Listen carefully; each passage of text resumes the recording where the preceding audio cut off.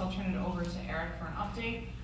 We would love to take some public comments. So for those of you who are joining us who might be interested in giving public comment, Kimber's got cards. Kimber's in the back. I think she's already told you she has cards, so we're just reinforcing since no one's taken her up on it. We'd love to hear from you. And then we'll take a quick lunch break and then come back for a working session this afternoon. And then look to adjourn around 3:30. We can certainly adjourn earlier if we get done faster. So the intent of today is to couple the update of the report work with recommendation conversation that we started over the last couple of meetings. So that's there's a draft of some recommendation thoughts in front of you as well. So with that, can I have a motion to move the agenda? So moved. Thank you. Support, motion support. All in favor? Aye. Anybody opposed? Aye. Great. Okay, so we've approved our agenda for today. And then we've got some minutes in front of us as well. And so I know that you just got this version of minutes this morning. So actually, I guess I'm sort of inclined to say, why don't we do this right after lunch so that everybody's got a minute or two to look at them. I don't want to rush anyone. So why don't we just table that for now. We'll come back to it right after lunch. So those are the January 7th minutes. Actually, we'll just do both the rounds of minutes this afternoon. That gives you a little bit of time with them so that we can make sure that we get any feedback. A couple of other things that you've got in front of you for task force members as well as for those of us joining us. You have the updated meeting schedule. And so we've approved these dates in the past. We wanted to make sure you have them again in front of you. And then our team, Kimber in particular, has been working hard on getting locations set. So you've got all that information. So we'll do our best to accommodate with call-ins and certainly do the recording and all of those pieces from a tech perspective. But just wanted to make sure you guys had this information as quickly as possible. So just reinforcing. I will also point out, we're excited about a collaboration with the UP Energy Summit. So we've been working with those folks as well. And so the Tuesday, May 12th event is the day before the UP Energy Summit. I think many of you are regular attenders of that anyway. Given that we are working through the propane component and of this group, and we'll be shifting our attention to kind of the broader landscape of energy, I would encourage you, if that's not something you're familiar with, to go ahead and take a look at their agenda, and hopefully you can make time to participate in that. I know that these are really busy calendars, and so I don't want to, none of this is certainly mandatory, but just want to encourage you to take a look at that on May 13th. So both are in Marquette, and you can do the two together if that works on your calendar. I don't know, Kimber, we can probably get information from Brett too, and just make sure the task force members have that. I think everyone generally does, but we'll make sure to send it around in case you don't. So then so we've got today's meeting on the 7th, we've got a meeting on March 13th, and then we are kind of quarterly from there. So we, as a department supporting team, have been thinking about what are those agendas going to need to look like for our expansive work. And I would encourage all of you to do that too. So we can take a little bit of time to talk about that at the end of the day today. But I want to make sure as you're thinking about kind of broadening the effort and the scope of the deliverable from the task force perspective, that we've incorporated the kinds of presentations you'd like to hear to make sure that we've done that. Okay, so that's the meeting schedule that's in front of you. For the March 13th date, we're going to be in Escanaba. We're looking at Island Resort Casino, just outside of Escanaba, so we'll keep you posted as that all develops. And for the October 7th date, we're communicating with Bay Mills in Brimley. So we'll hope to get you more information on that as we get things confirmed. Okay, so we'll come back to the minutes this afternoon, and I think with that, I am happy to invite Eric Cardini up to join us for an update from public sector. I see Maggie here, but she's not on my agenda, so okay, it's all Eric, got it. That sounds great. All right, Eric. Driver. Great. Lost power of this thing. That's funny because we're on a minute ago.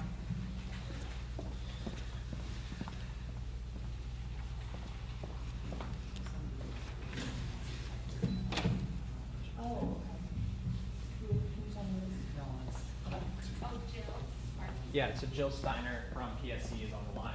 Okay.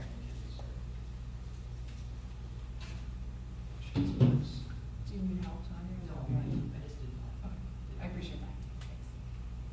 Thanks. Bill Steiner is now joining. All right, come together. Yep, it's lighting up.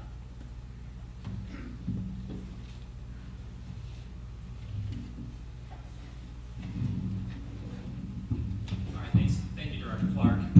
As she said, I'm here. Is there a way to amplify something as part of the group? It's watching now, I suspect. Can you see it?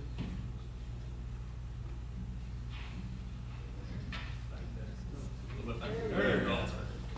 All right, so thank you, Director Clark. UP Energy Task Force members, as we met back in Escanaba, I think in November, and then again on the phone for most of you a few weeks ago, we've been diligently about our work, trying to understand what alternatives Michigan could potentially rely on in the case of some potential disruptions to propane supplies for the state.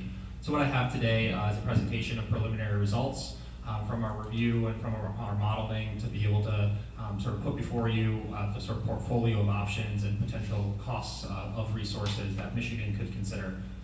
I've got a lot to go through today, so I'll be brief on some slides, but please feel free to ask questions if you have any as we go along. So main objectives, really understand what Michigan's existing propane supplies look like, and then what potential disruptions could do and how we would address those disruptions. What we did, we examined a lot of the existing research that's been done, conducted some additional research activities, examined available data, and surveyed industry partners to be able to get a full and comprehensive view of what this industry looks like, what potential disruptions could do, and how do we prepare for them. The goal coming out of that, develop those assessments of the propane alternatives and help to understand what those costs could be. Just some baseline characteristics. Task force members, you might be familiar with some of these numbers. They've been provided before, so I won't linger. But overall, average consumption, 473 million gallons for the state. That's on that past 5 years. You can see pretty standard over that time period. We also have it broken down by end-use sector, so residential consumption making up about 78% of Michigan's total demand. Hey, Eric, can I ask you a question? Yeah, of course. Can you go back to that slide for a second? I see your source is Propane Education and Research Council. Does EIA do this kind of data too? Do those two numbers vary? So EIA doesn't do consumption. Okay. So the Propane Education Research Council is a study done by ICF, and it's an annual study of all 50 states that's published. And so this number is higher if you're trying to compare it directly to what EIA publishes, because what EIA publishes is the volume sold by prime suppliers. And so prime suppliers are not the end retailers, so, but they're also not dependent on the sort of the full total consumption that happens within a given year, because it's not capturing that retail level transaction, because there's barrels in storage, there's lingering inventories, there's exchange between states that's not always tracked. So we've talked to EIA. Warren, who was a resource to us in an earlier presentation to track down this figure. This seems to be a pretty accepted number as far as total consumption for the state, and we've seen it sort of replicated elsewhere.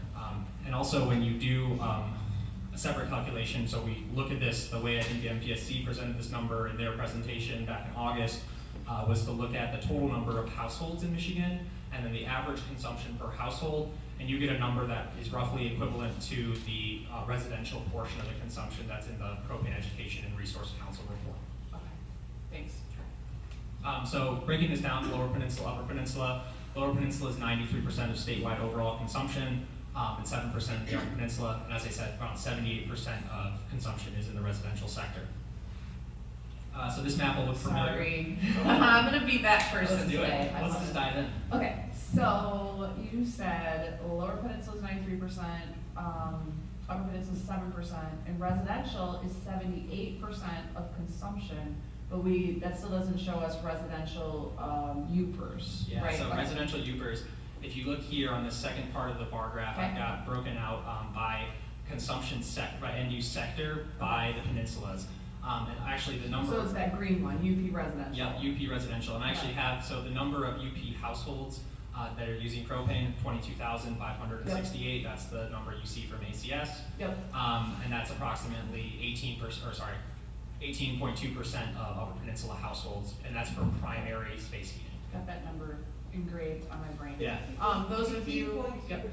Yeah, 18.2% of households for primary use. Those of you that are participating in the room, all of this is available to you on the website too. So you'll see the minutes. After the minutes get approved here, then we post them. So you can see the minutes from all the previous meetings. You can have presentations from all the previous meetings and everything we've been able to record from a sometimes we have technology issues. That's all from previous meetings on our website. This will all be there too. Yep. Sorry, carry on, Eric. This is great. Yep, so that 18.2% of residential customers in the Upper Peninsula, it's a smaller percent for the Lower Peninsula, 7.9, but you can see that that Lower Peninsula residential consumption from a total volume is much higher. So this is general propane supply dynamics across North America. So the line 5 comes in, it's that sort of tannish line coming in the Minnesota, North Dakota border. That's sort of the major source into Michigan. As you can see, several resources located along that line. You can also see sort of the other hubs for propane that we'll reference throughout this presentation. So Conway, Kansas is a major one. That's collecting out of sort of the Texas and Panhandle regions, as well as sort of the Dakotas, the Bakken and northern regions, and shipping into the Midwest.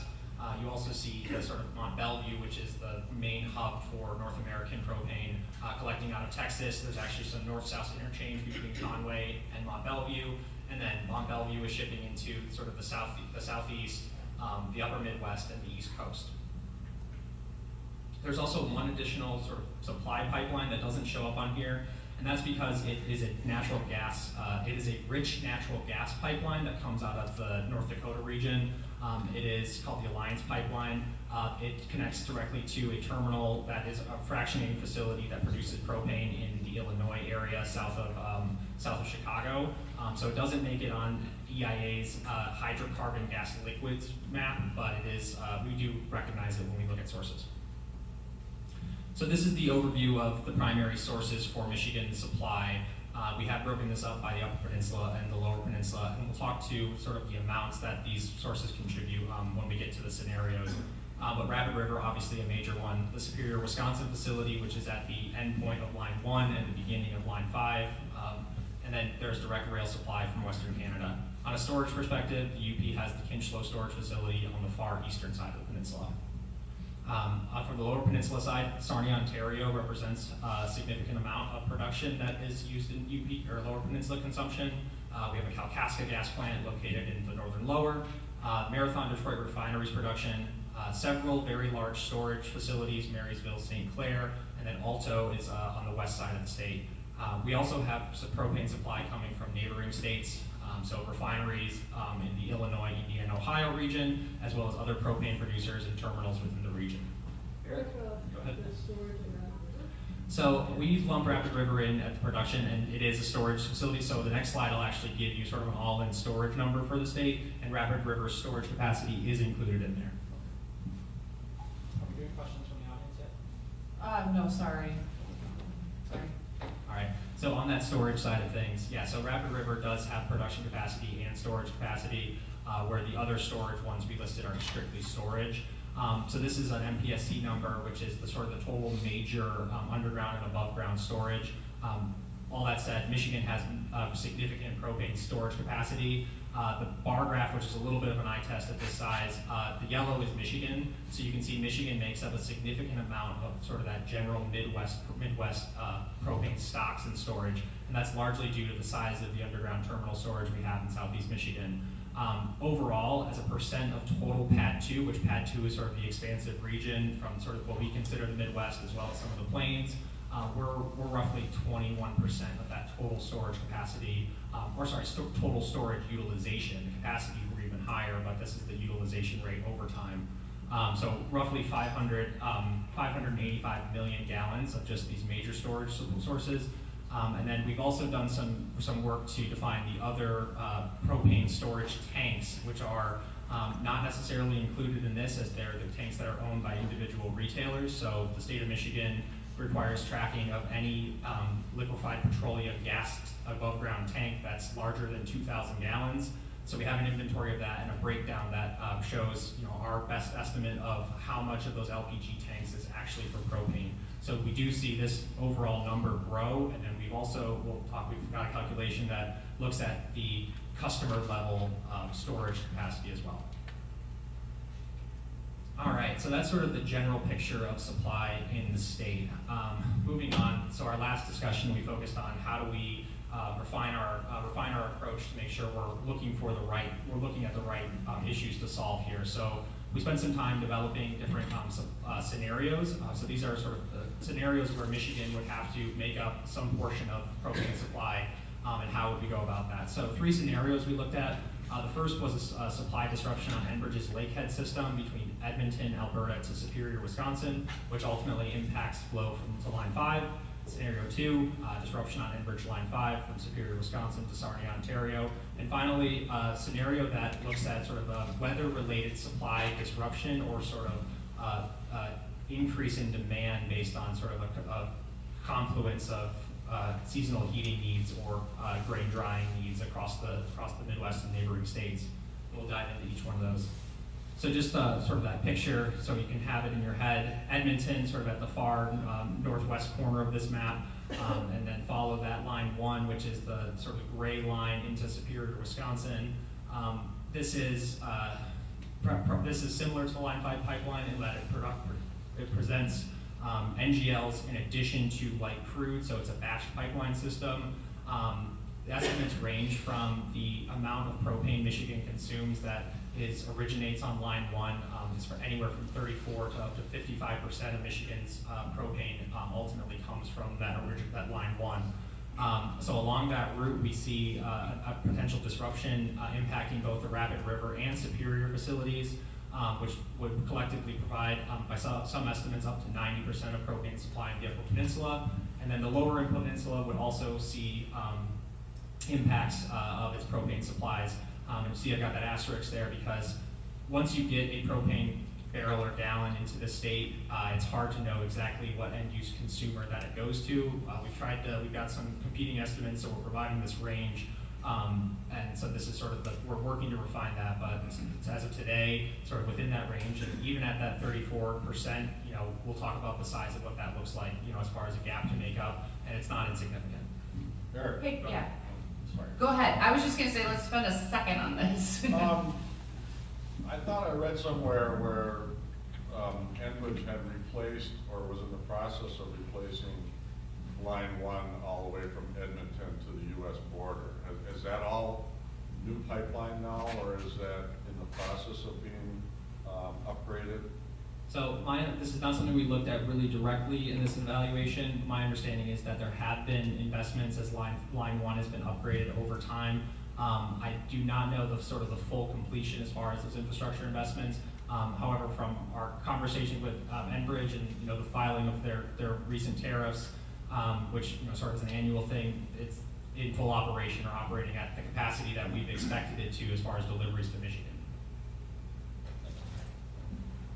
Where's from the Lower Peninsula there? Half of its supply is impacted. Where do they get the other half of their supply currently? Yeah, so the breakdown of that can vary. So Michigan, those Lower Peninsula sources, like we said, Sarnia, Ontario is a major source. And then you've got a percentage that comes off of the Marathon Detroit refinery, and then you've got the Kalkaska facility. The remaining portion of Lower Michigan supply comes from sort of the region that I just sort of lump as our neighbors to the south of Illinois, Indiana, and Ohio. So what we have in those areas is we have a lot of refining capacity.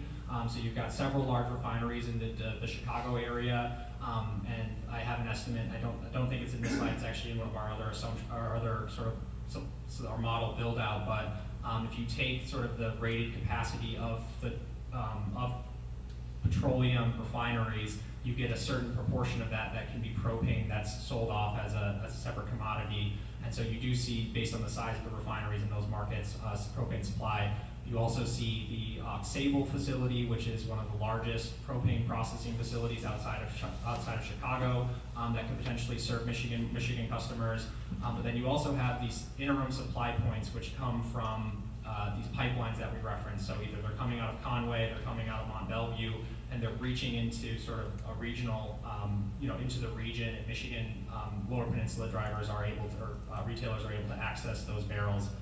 We've talked to retailers sort of across the state, and from those we talked to in West Michigan, sort of that side of the state, they do reference a lot of their supply coming out of the sort of Chicagoland market, or at least a not insignificant portion of it.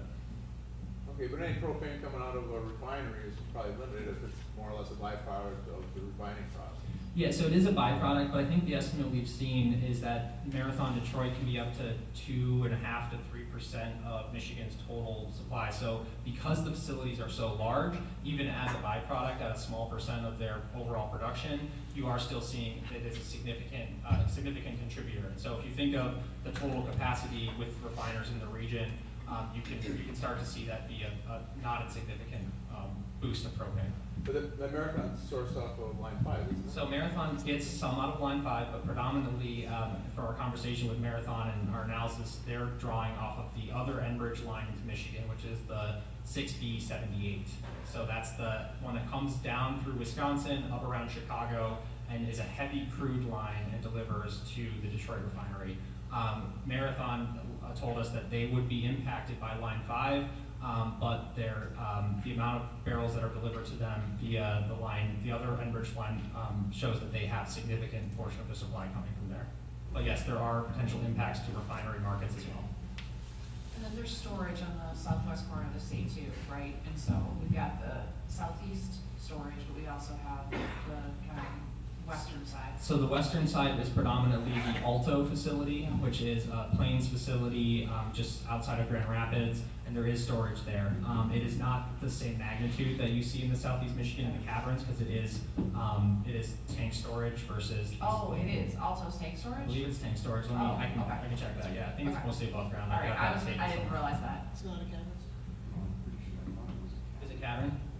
Yeah, I thought it was caverns. I feel like I can't remember, was it the Plains presentation? Bear or with where me. did I got that number. We'll just grab it. I feel like we were in Hancock, and for some reason I was convinced it was cavern storage.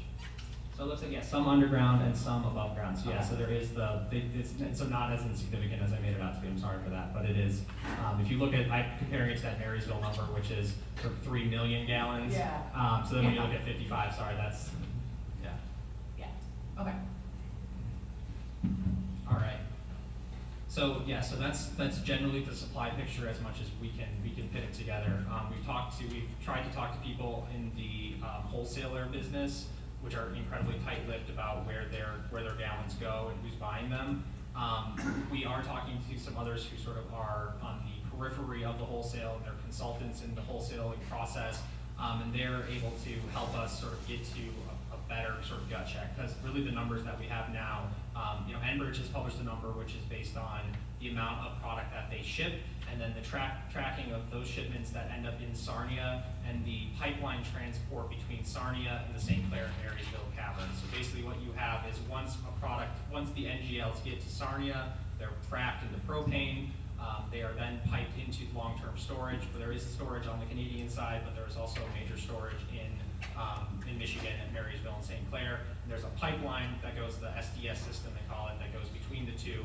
So you can track the volume that flows into Michigan, and then track the volume that flows back to Canada, and you can get a net sum that's remaining in Michigan. And so the idea is then you can back into, these are consumed in Michigan. However, the reason for the variability is because that is such a supply source, and you've seen how much Michigan has, much more Michigan supply. Michigan storage is a major source for the rest of the region. So you can reasonably see other states having the need to draw on that resource, and we can't say the interchange between states is, this size, or it's just hard to quantify.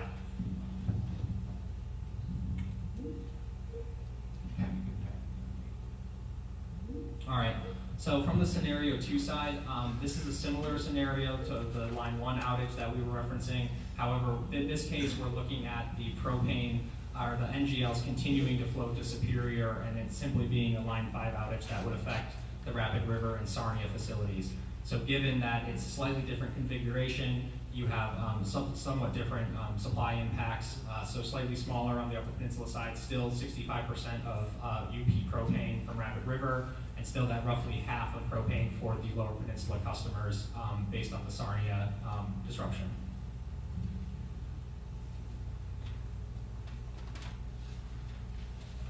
Scenario 3, this is one where we wanted to look at what happens if you have another polar vortex. And so what we did was we have a weather normalized demand curve, which we'll talk about when we get into the modeling. But basically what that does is it has determined the level of propane consumption that is dependent on how cold it is outside and how much customers are using to heat their homes. We estimate that between 60 and 65% of total propane consumption is weather dependent. And we calculated that weather normalized curve so that we could then look at how do we see increases based on that, that consumption that's driven by the number of heating degree days, to say this would equate to an increased consumption. When you say 60 to 65% of total propane consumption is weather dependent, Yeah. you mean lower and upper?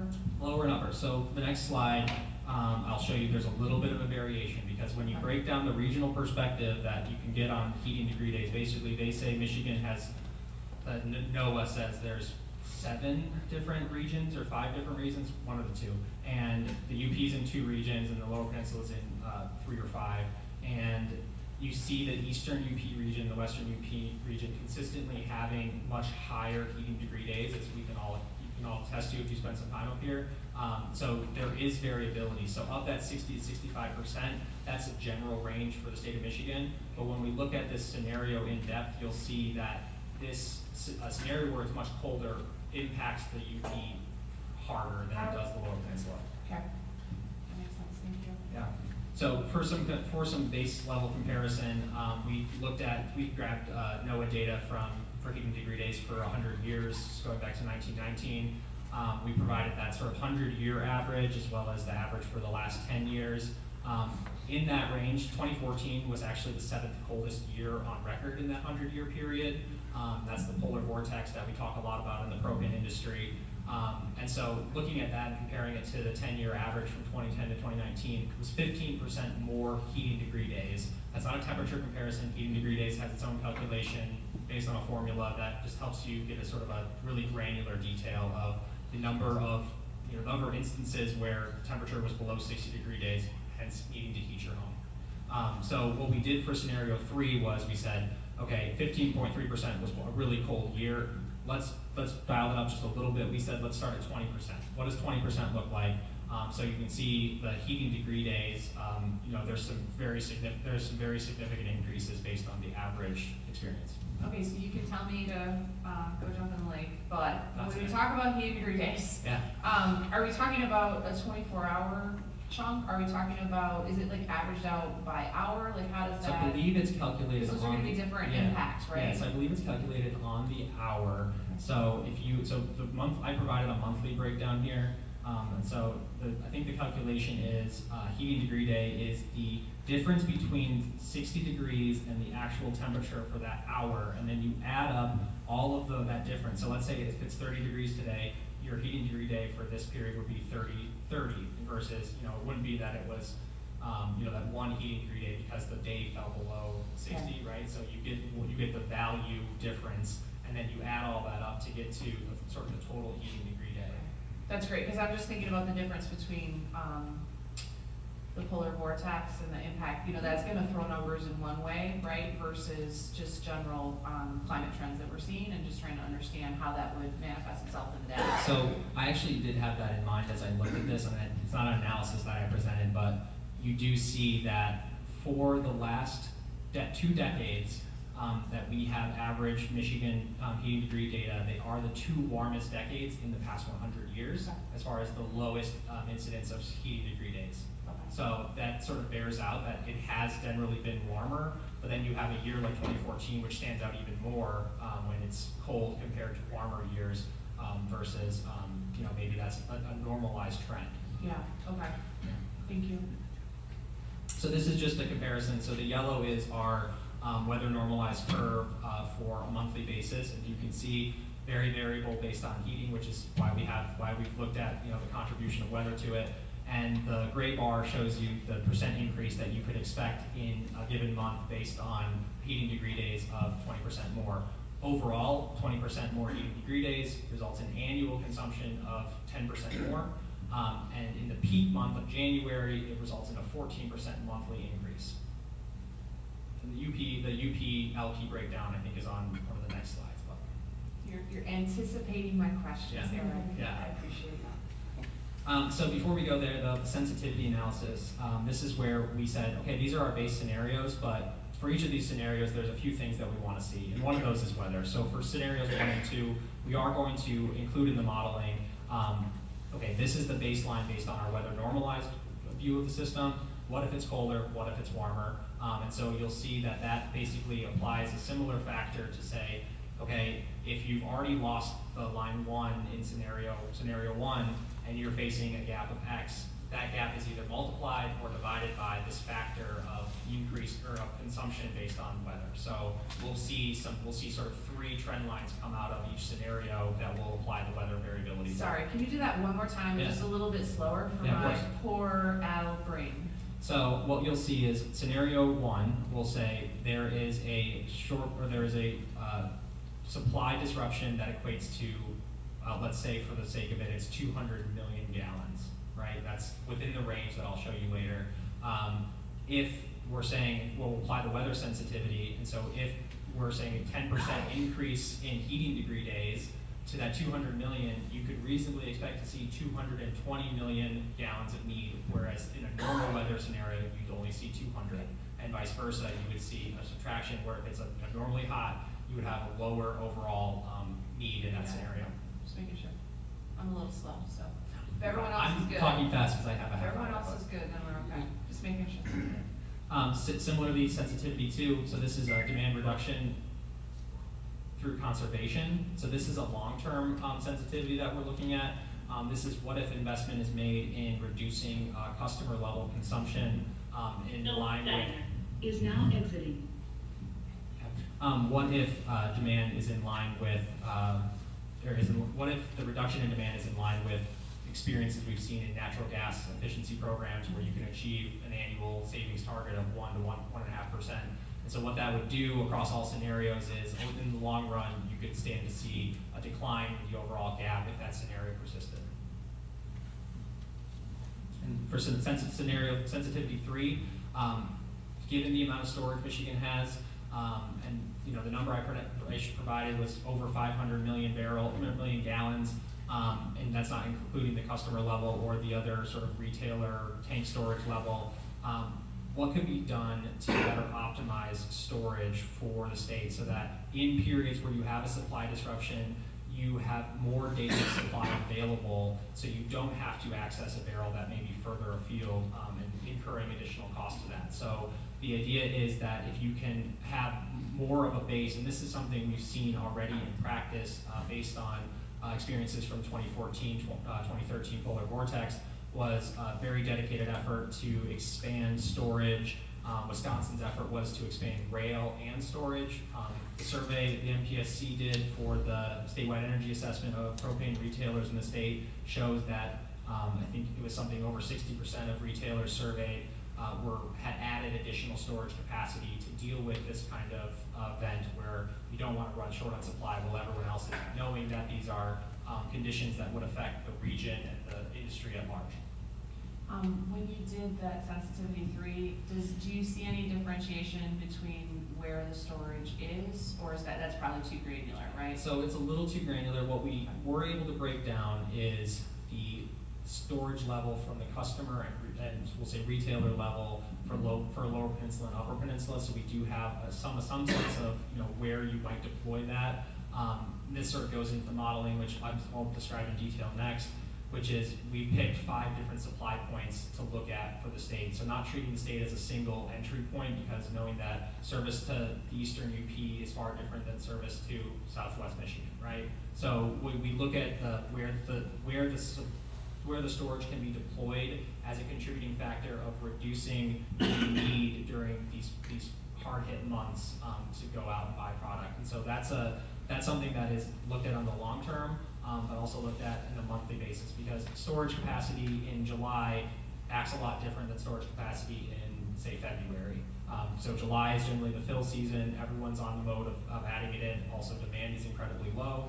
Versus in February, stocks have been dwindling throughout the season as people have been drawing on them, and you still have cold temperatures. So we are looking at that to be able to say, how long of a disruption could you withstand? Because right now, stocks are generally in the days, not weeks range. Like it's not an industry where there's on-site deliverable stocks at all periods of time. So the modeling process, I've already begun to describe this, so I won't belabor it. But we did inventory and characterize the supply options, really understand where the quantities are coming from and the cost of those gallons. Finding out the alternative options that we can look at. So this is where else is propane being produced, where else is it being shipped, and how close does that get us to where it needs to be. The efforts we did to develop a demand curve, to look at both the weather normalized demand curve, which shows you that seasonal variation from month to month. We've also evaluated a flat demand curve, which just assumes, is there really a price difference if consumption were held constant from an annual number divided by 12, so across each month. It's not a realistic assumption, but what it does is it helps us sort of gut check to see if there is a difference because prices and consumption are variable. We'll just compare that at sort of a baseline figure. The extreme weather demand curve we've already talked about, as well as what differences there are in demand curves for the state as a whole, the lower peninsula, the upper peninsula. As I alluded to, the upper peninsula demand curve has a lot more seasonal variation due to that heating demand. And that slide is in here, I promise, Lisa, I'm not lying to you. And then the last thing we're doing, if this is for the modeling element, is calculating the cost of supply alternatives from the point of origin to delivery at designated points throughout Michigan. This allows us to estimate the impact of scenarios sort of on an incremental basis, but as well as a sort of what is the total cost of the need that we're trying to address here, and what is a portfolio of options that Michigan could look to access with sort of a range of prices, because each delivery point has a different transportation or storage or origin cost that has to be factored in. So we'll see there's a lot of considerations we put into this. So this is just a little bit of a visualization. So starting at these regional hubs, as we've discussed, and then the transportation methods, rail from origin to destination is one of those options we talked about. That's practiced in the Upper Peninsula today. Obviously the pipelines that we talked about, and then the trucking capacity from ultimate supply destinations. As we know, rail deliveries to retailers is somewhat limited, with only a few providers having that is accessible. There are rail deliveries to Michigan terminals in the case of Kinchlow, and the cases of the St. Mary's and St. Clair and Marysville, as well as Alto. So we look at all sorts of those permutations. So this is just an overview of where those hub prices are from 2019, and sort of the divergence we see. So that top line is Mont Belvieu, Conway, and then Edmonton as you go down. And so you can see pretty distinct differentials between those three beginning of the year, with convergence toward the end. So I wanted to also provide a view that is a little bit longer term. So you can see that wasn't always the case, and those price spreads really began at the beginning of 2018, and have since gone back more in line with what we'd seen prior to 2018. We'll have to ask Warren for a full explanation on why all of those changes are happening. But this is sort of a base cost that we're using as an input for the modeling. We've heard a lot about the exports also being a driver on that.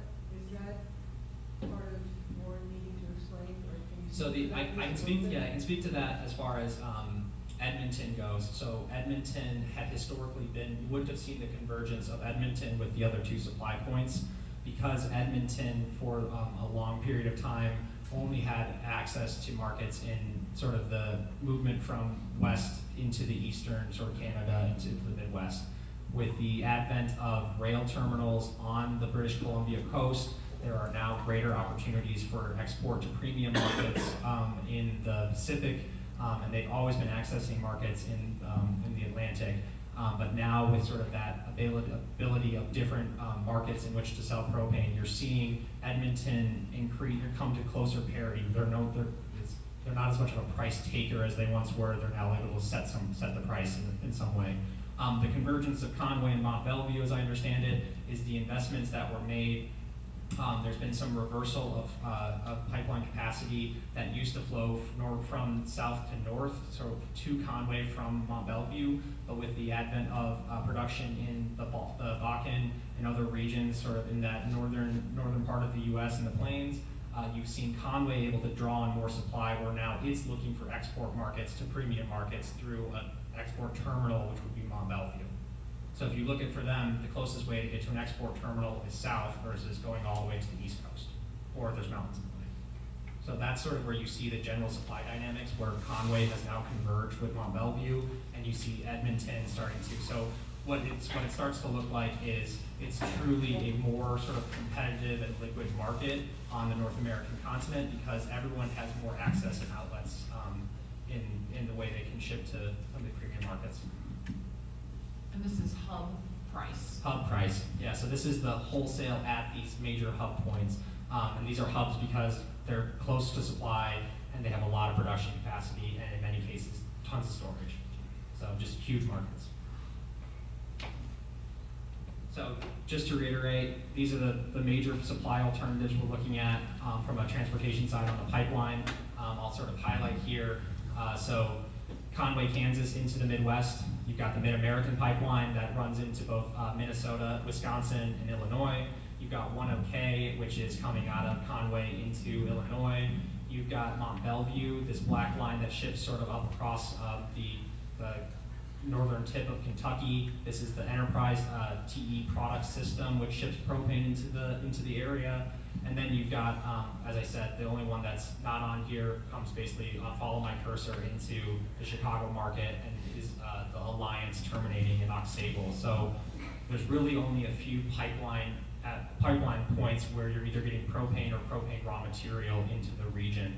So what we did was we collected the tariffs and all of the origins and destination points to be able to calculate who's being served, or who could potentially be served by what origin points.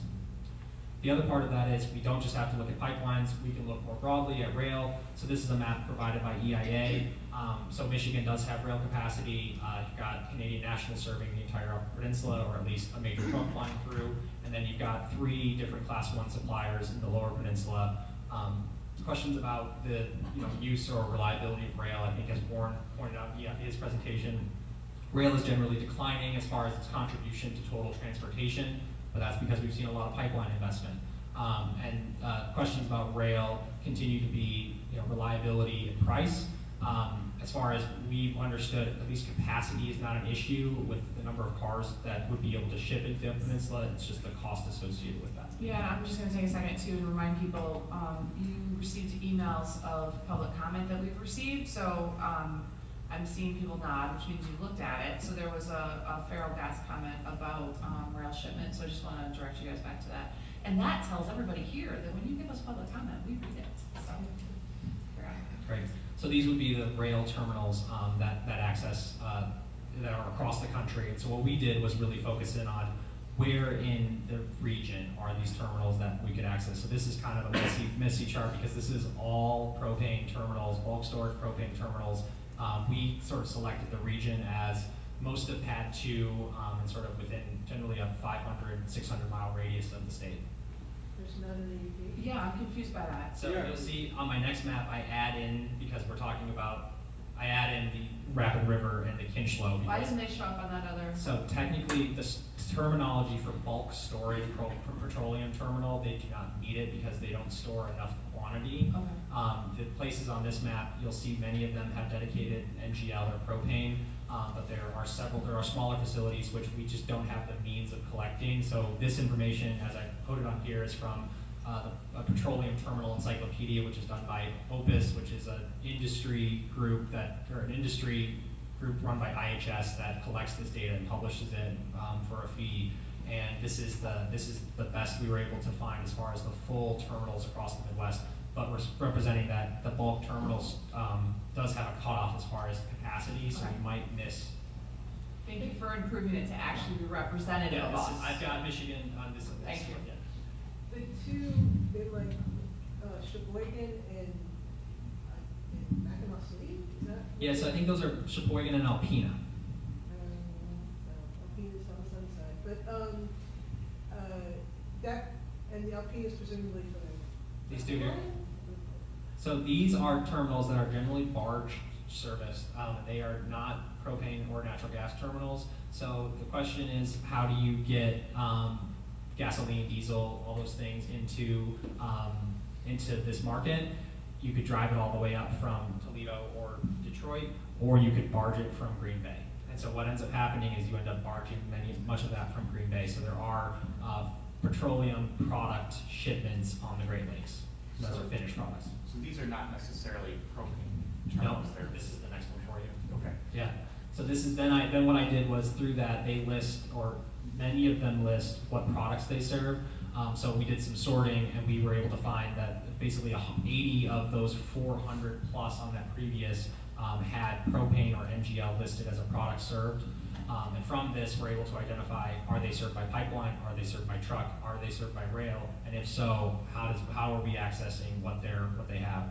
What this doesn't tell us is, do they have excess capacity for the gallons and barrels we need? That is something where likely this is operating at a pretty tight margin, so there would be incremental costs associated with that investment. But this gets us, yeah. I think it was 2 slides ago, you showed the rail terminal, but nationwide picture. Are them like in Menominee County? Is there one? Yeah, so there's one right there on the border, and so let's see if we can zoom in. So this is actually a data set that I could not get from EIA, so I had to use the OPIS figures to do the mapping that I did. This was shared with them by the National Transportation Safety Board under some embargo agreement because it's private data. I will have to get back to you because that looks like it would either be Escanaba, Menominee County, one of those two. But as far as that does not come up, and so it's either below the threshold of bulk terminal as far as I'm able to access. Yeah, I think in one of our earlier meetings, Chris had indicated he has some rail capacity, and I know Nagani at Farrell Gas has rail capacity, and you indicated Gladstone and Menominee County. Yep. But I'm sure they're under the threshold for Under the threshold. the storage available, even though they have the ability to bring a propane tank car in. Yeah. They're not listed because they don't have bulk storage. It's the threshold of storage, and so we do consider an alternative where you're bringing a barrel in on rail without needing to pay a storage and terminaling cost, which would mean Chris is getting it delivered directly to him versus it's going to a terminal and then he's got to go and buy it from them. So, but that gets modeled in sort of the general rail cost assumptions we look at for transport into the sort of the Michigan-specific places we're looking at.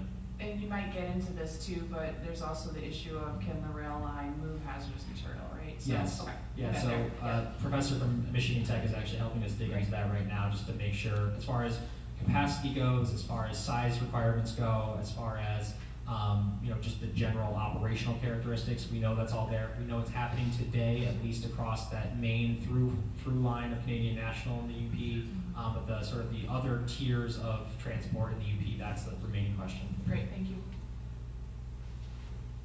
All right. Propane terminals. All right, what we did next was we said we need delivery points to Michigan so we can calculate the distance. We picked the ones that you can imagine because these are the major sources and supply points that you're already used to in the propane industry. Kinchlow, Rapid River, Kalkaska, Alto, and Marysville. So this gives us a variable range of different alternatives. So I'm going to walk through quickly the different, how we selected. So what we did was we drew a radius around these facilities and we were able to collect, and this is not the actual tool I used, this is just what I was able to pull together for visualization at this point. But we drew a radius around and we said anything that lands in this radius, we're going to calculate the actual travel distance and travel time that we need for calculating a shipping cost. So we did this for the Woodhaven terminal in Woodhaven, Marysville in southeast Michigan. We did this for Alto in West Michigan. We did this for Kalkaska. That got messed up, sorry. Those all have bad names. So anyway, this was Rapid River. This was the Kinchlow facility. This is the Kalkaska facility, Alto, and then the last one was the Woodhaven, Marysville. All right, any questions on that? So what we ended up with were roughly 30 plus different supply alternatives that fell within our first tier defined range, which were sort of the 300 to 400 mile radius. The assumption was if we can't get a cost that works within that range, then there's only a downside of going further out. So we're starting with that. It gives us plenty of supply options and looking at the different cost variables. So this is sort of the next step of the modeling, determining that weather normalized demand curve as I've already described. looking at that consumption variation. This is the long anticipated slide from Liesel, which is what's the actual impact to who of the different scenarios that we evaluated. So I've broken this down. Again, these are ranges presented as we work to define or live with the uncertainty of how much propane comes from where for the state, but these have been thoroughly checked to we have a high confidence in the ranges provided. So under scenario one, a line one outage, Michigan's propane supplies would roughly be impacted 34 to 55%, which would equate to 170 million to 275 million gallons of propane based on our estimated weather normalized demand profile for the state. Of that, you would see 30 to 35 million impacted in the UP, which equates to 85 to 99% of the state supply. You could see 140 to 240 million in the Lower Peninsula, or roughly 30 to 52% of the state's peninsula supply. Similar numbers for scenario two, as you're just really taking out the Superior, Wisconsin facility from the consideration. So 30 to 55%, 160 to 275 million. Similar impacts for same impacts for the Lower Peninsula, and slightly less impacts for the Upper Peninsula, as they would be they would predominantly draw on Superior versus the Lower Peninsula customer. Yeah, go ahead. Line one, or scenario one is line one. Line one, scenario two is line five. Line five. And so scenario one has a bigger impact. Scenario one has a bigger impact because it has the incremental outage of Superior, Wisconsin. So our scenario two has the assumption built in that Superior would continue to have supply of NGLs, which again is somewhat of an uncertainty given would you put NGLs through the line one pipeline if they don't have an endpoint destination to Sarnia. So the questions that we've heard is it would be an economic decision, not necessarily a engineering decision. You could do smaller batches, you could just do some really limited batches within that line, but you could still probably get. The other question is there an end-use market for, if you're only subtracting the NGL, or the propane from the NGL, you're left with several other products on that hydrocarbon chain. Yeah, and I thought Enbridge at the Hancock meeting said that they won, that if flag went down, that would take one down. Yeah, so I careful not to take any single industry participant's view at face value. While it's their pipeline and their operation, we understand that the technical feasibility of it is that it could operate, and it would come down to that economic decision. So we decided for some variance in this analysis to say that Superior could remain in impact. And again, that's not sort of a result of this. It's just an assumption going into this. You have a question, Chris? Okay. Finally, the third scenario, slightly lower impacts here. This is the weather-dependent scenario, where statewide you'd have on average a 9 to 11% increase for 45 to 55 million gallons. This is where you see the seasonal heating demand of the Upper Peninsula really stand out in contrast, because while it's only a roughly 10% increase for the state as a whole, it would be a 15 to 20% increase in propane need for the Upper Peninsula. So you can see, if that's, well, it's 8 to 10% on the lower, it's 39 to 47 million gallons. It's much higher proportion for the Upper Peninsula customer. Remind me again, because we have also spent some time talking about short-term disruption versus long-term disruption. This is annual. This is the whole year.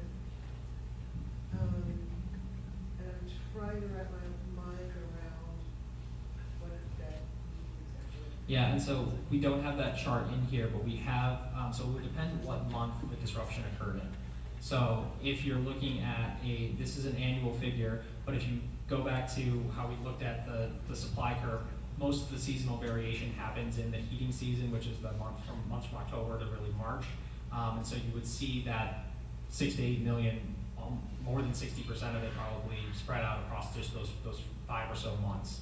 So you would have this increase would happen if you hadn't this issue come up during that type of season, especially because weather, you would roughly see, you'd see this happen really in a shorter period of time. It wouldn't happen in the July timeframe. So yes, on the short term, this is generally a short term scenario because long-term unless we get some sort of other conditions that happen.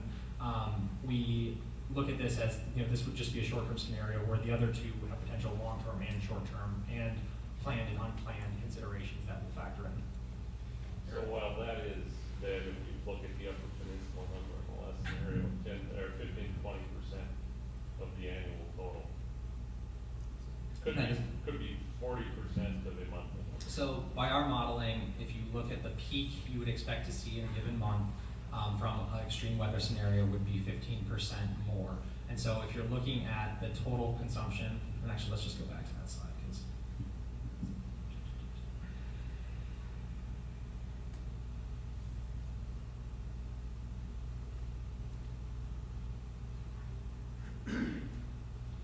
So if we're looking at January for this disruption to occur, the normal consumption in January, this is a statewide number, there's a separate UP number, but if it's 70 million gallons, it's a 10 million gallon increase in 1 month, right? So that's where you get to the variable versus you see in July and June, there's really no variation. So you see this cumulative effect between October and March of the seasonal variation in temperature. And so you would spread that gallon increase across the period where you've got the highest consumption. And so that does play a factor because prices are variable based on seasonality in this industry. So you would see potentially differential price impacts from scenario 3. Eric, Go ahead. quick question. Scenario 3, the weather effects, includes effects on demand. Clarify whether there is any effect on supply. So we did not model effects on supply at this point. We had several conversations about what that would look like. I think I remember from the 2013-2014 vortex, it was so cold that the switch yards in Chicago, they were pouring gasoline on them and lighting them on fire. And I think it was a coal train discussion actually in this case. So there definitely are potential impacts on the supply side. What we did was we held the supply side relatively constant, and we said we're going to vary this based on the demand side, mostly because I think the supply side characteristics would be, I think, much harder to really quantify in this scenario.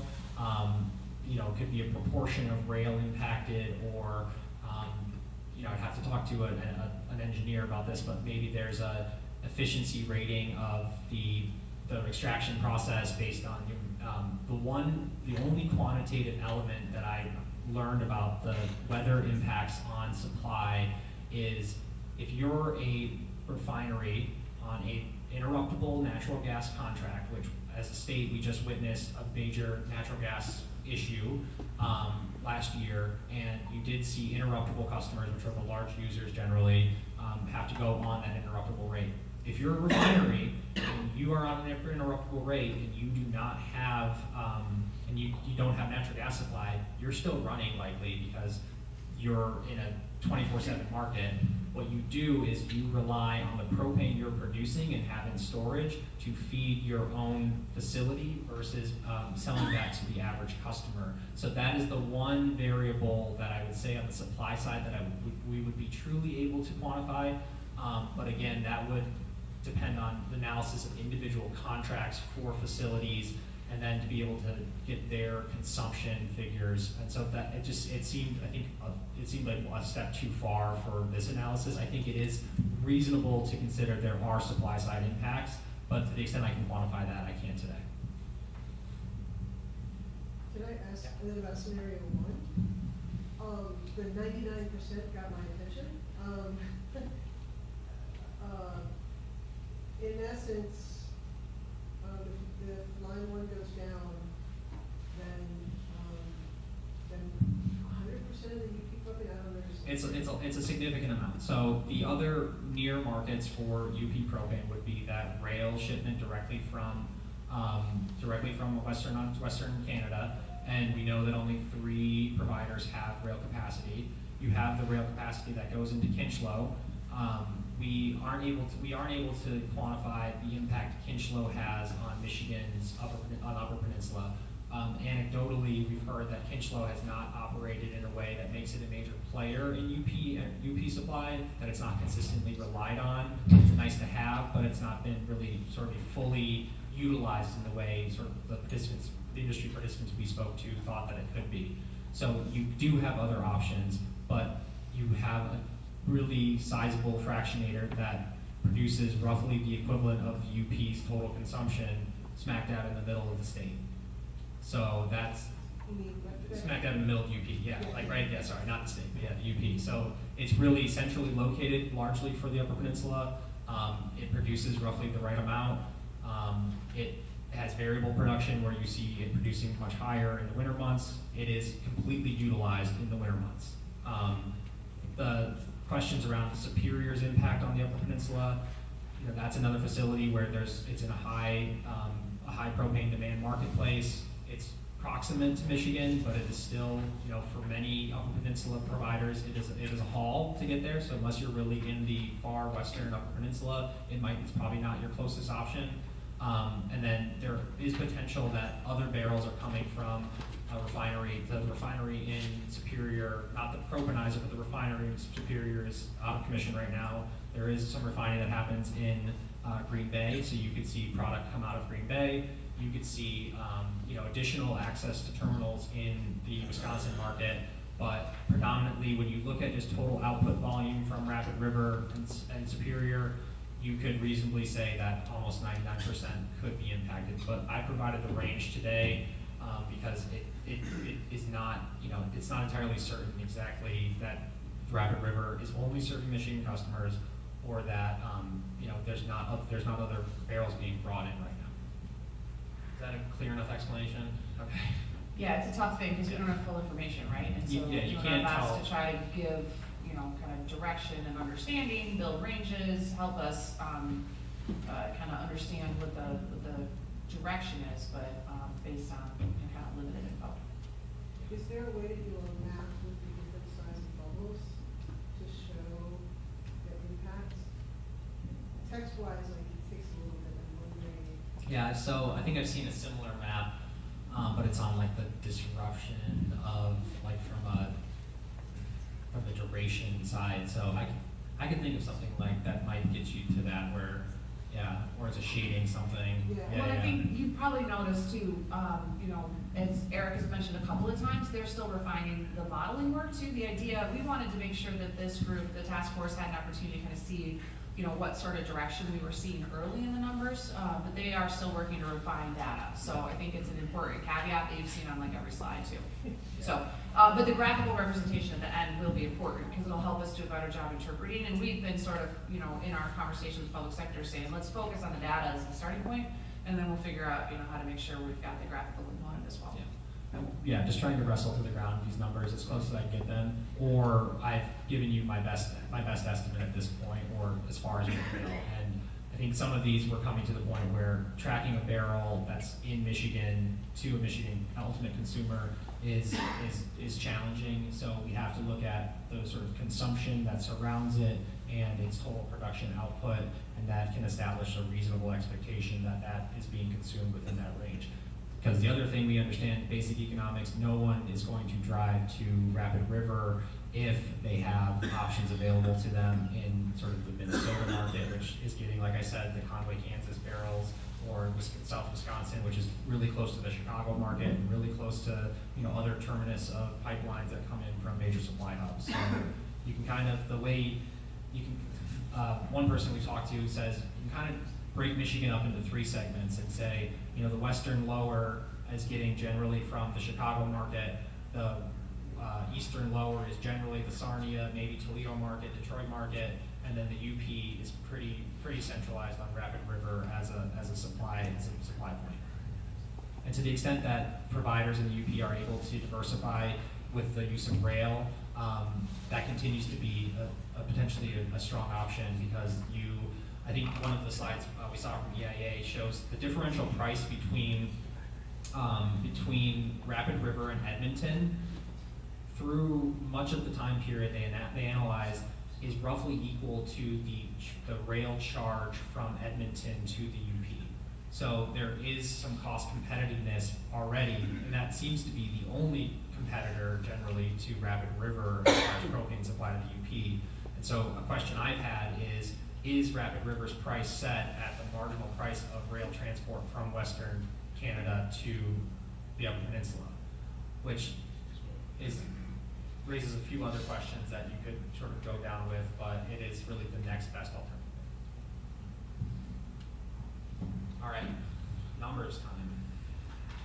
Haven't we been doing numbers? Yeah, those weren't real numbers. No, these are real numbers. All right, so this was the impact. So what we did was, so the preliminary results that I'm about to put up, they show, we put this out for one destination point to Michigan. So we're saying if you just looked at Rapid River and you looked at the terminals that we evaluated as the most proximate and best case scenarios, here is a range of prices that you would see based on our weather normalization of propane demand. And so we're gonna pull that up.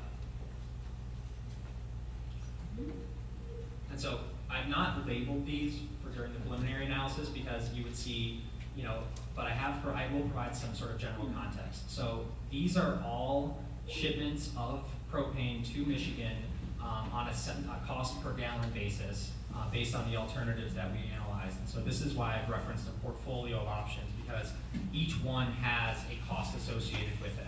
So I think the low level is actually the Edmonton direct to the UP and Rapid River at a cost of just over 60 cents per gallon. That equates, when you look at that Rapid River price and the price differentials that we'd seen presented previously. At the midpoint, you're looking at a option that would be Conway, Kansas to a facility in Minnesota that is shipped on the Mid-American pipeline and ultimately transported by truck to the Upper Peninsula.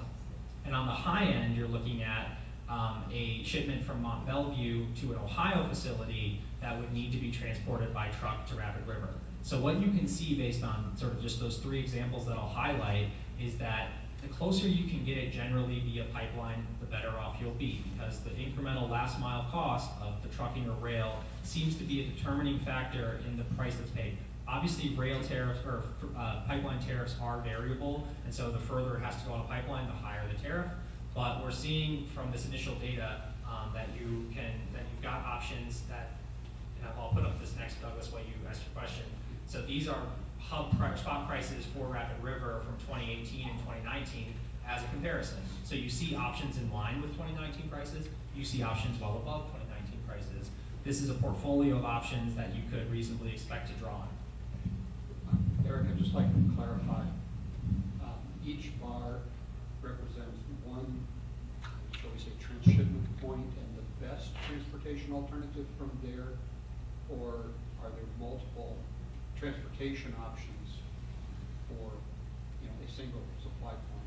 So that'll depend on the terminal itself. So I believe in the Rosemont example, that terminal has rail and truck capacity. So you'll have a separate bar for truck and rail because those have different costs associated with them. And so ultimately what we'll provide in the final analysis is you'll get the evaluation of all the alternatives for the terminals that we've identified being the best chance options for you. And you'll get the different sort of transport methods that would get you there for the lowest cost. Because there are several that are truck only or they're pipeline in and they're rail out. There's certain limitations for each one, but that varies by option. So basically, if you're imagining sort of a hub and spoke, and using that hub term from the propane map that we had up earlier, we're looking at those three hubs, and from each one of those, you've got sort of three different sort of spokes going out, and each one of those spokes then has another small hub that's pushing out. So that's that terminal point. And go to the map that I showed earlier, you end up with hundreds of permutations that will allow you to define the overall range of costs that can be expected. Because what we understand is a single point of analysis at the lowest cost alternative won't help you bridge a gap that's in the 150 to 200 plus million gallon range. And likely you're going to need to draw on at least several or dozens of these different options in the case of needing to make up supply of that amount. And the third underlying question to that is existing capacity, both on pipelines, on rail lines, and at terminals for those additional gallons to flow. So there is a piece of this where we do add what is a sort of a transshipment cost element, which is based on the understanding that if these terminals are operating at sort of their full current availability, you'll need to add storage on the terminal side, and you'll likely need to add storage on the receiving side. So if Chris starts to buy his gallons from Janesville, Wisconsin, if Janesville's already booked up, there's likely the incremental cost that's incurred on the terminal side to make sure that there's more availability for him, and then he's got to do something with that because now he's driving further and he's got to hold on to it likely for longer. Yeah. Those Rapid River spot prices, are those like average prices or weighted average Yeah, prices? so those are an annual average price right now. Are they weighted? I will defer to Jill on that because that was not a piece of analysis that I did. I believe that they are simple averages, but the weighted average by volume it would be a good comparison. I can pull up the specific like the specific curve for 2019, and you can see sort of the variability. But yeah, I believe this was a simple average. But yeah, a weighted average would be the good benchmark. And these numbers, you know, we're hearing anywhere from 62 to $1.04 or whatever. These are like prices at Rapid River based on No, what this would be the price that you pay for the gallon that you're sourcing elsewhere. So if I'm looking at this midpoint here, this is saying. But that's the product and the delivery. Yep, product and delivery. Okay, and what are you basing that product on? Those hub prices? Hub prices, yep.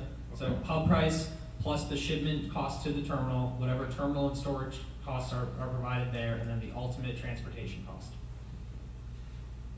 Okay, and you're using that red line as a Just- comparison of pipeline delivery. Yeah, it's just a comparison of what the existing sort of spot price is at the main point of supply in the Upper Peninsula. Yep, just a comparison. Okay, because the product you're gonna pay the same price for. It's just the delivery is gonna be the delta. So as you saw with the variation in hub prices, the origin product has a different price depending where it comes from. So yeah, ultimately there is variation both in the price for the product plus the shipment, and so it's a function of origin, but it's also a function of the transportation. Yeah. So between 2018 and 2019, the price went down 20 cents. Yeah. So we see a lot of, and if we go back to the first chart where we saw. It's 1/3 of the lowest price. Yeah, it's been, I mean, I suspect all of you have been watching it the same way I have been, as we all know Chris does, right? And so this has been an interesting year too, right? Yeah, these prices overall have been very low compared to historical. I only have access to, yeah. Very low. Yeah, I only have access to 3 years of data for several of the major hubs, and for Rapid River, I believe I only have like 1.5 years of data. And so, yeah, you do see, even sort of at these major hubs, that this has been an overall very low year, especially in comparison to the previous two. But what happens before this curve, I think there's some information in EIA's presentations that gets to a little bit more of that historical performance. We have it for Mont Belvieu, but Mont Belvieu on its own, we have that data because that's the only one EIA publishes. It is low historically for Mont Belvieu, but we can't compare that to these other hubs in that case. But I do remember the idea is that the cost is going to stay low because we are producing so much petroleum in North America. Well, so it's not being driven by the production of overall petroleum. It's being, he just corrected me, being driven by the production of NGLs. Yeah. So we do not have any reason to be concerned with the overall availability of NGLs and thus propane in North America. The major competing factors that you run into is how suppliers are looking to find the best net premium for their product, which means the increased investment in moving it to international markets. So yes, while I think there is the expectation that the state or the continent is long on supply, the shipment and the distribution to the ultimate delivery points continues to be the limiting factor as far as price. And so you see that regardless of the performance of Edmonton over the years, you had a pretty consistent, persistent deviation between Rapid River and Edmonton that wasn't fully explainable by the FERC tariff that was charged on Enbridge Pipeline, which shows that the limiting factor is sometimes the local market conditions. So yeah, you could see, obviously if the continent continues to have supply and suppliers can find a premium from a nearer market, they'll access that. But to the level, this is something where I think there's a different level of analysis that would need to be done that I think is outside of our scope, but what is the sort of the general behavior of this market in response to international markets and prices compared to the domestic markets and prices? It's getting more How do your results differ from the previous study that was done by London Economics? Yeah, so we haven't calculated incremental costs of these options yet, but you can easily do that by looking at the comparison that I provided with the spot market price. So you do see several of these options that are they're definitely within the range. First, that dynamic risk provided, which was around 20 cents or so, depending. And again, all of these depend on delivery point too. And both dynamic risk and London Economics sort of presented a few of the best case scenario options. So that's where you see sort of those might be on the lower end. At the lowest end, you see cost parity. In the mid-range, you see up to 20 cents of cost differential based on, this is a spot market price that again is an average. And at the high end, you can see up to 40, 45 cent difference. We're not saying that 40, obviously the decision making is you would start at the lowest and work your way up, which is exactly the behavior you see in years like 2013, 2014, where you have a barrel that is, when you need a barrel, you're willing to drive to Kansas to go get it because you can't get anything closer. So you would see the more incremental supply or price variations like you saw when we see that curve from the 2013, 2014. But there are several options before that. And so that's why I think getting this range is important. Here are the overall ranges to all the delivery points that we evaluated. And you can see there's some pretty close costs, there's some pretty sort of concentrated results here because once the barrels are in the region, the transportation cost only varies based on 100 or 200 or so miles, depending where you're going. Eric, you said that when you look at the data, you see that typically the Rapid River price is similar to Edmonton plus rail, which is what I would expect, right? You would expect planes to be pricing Their nearest competitor. in that range. Yeah.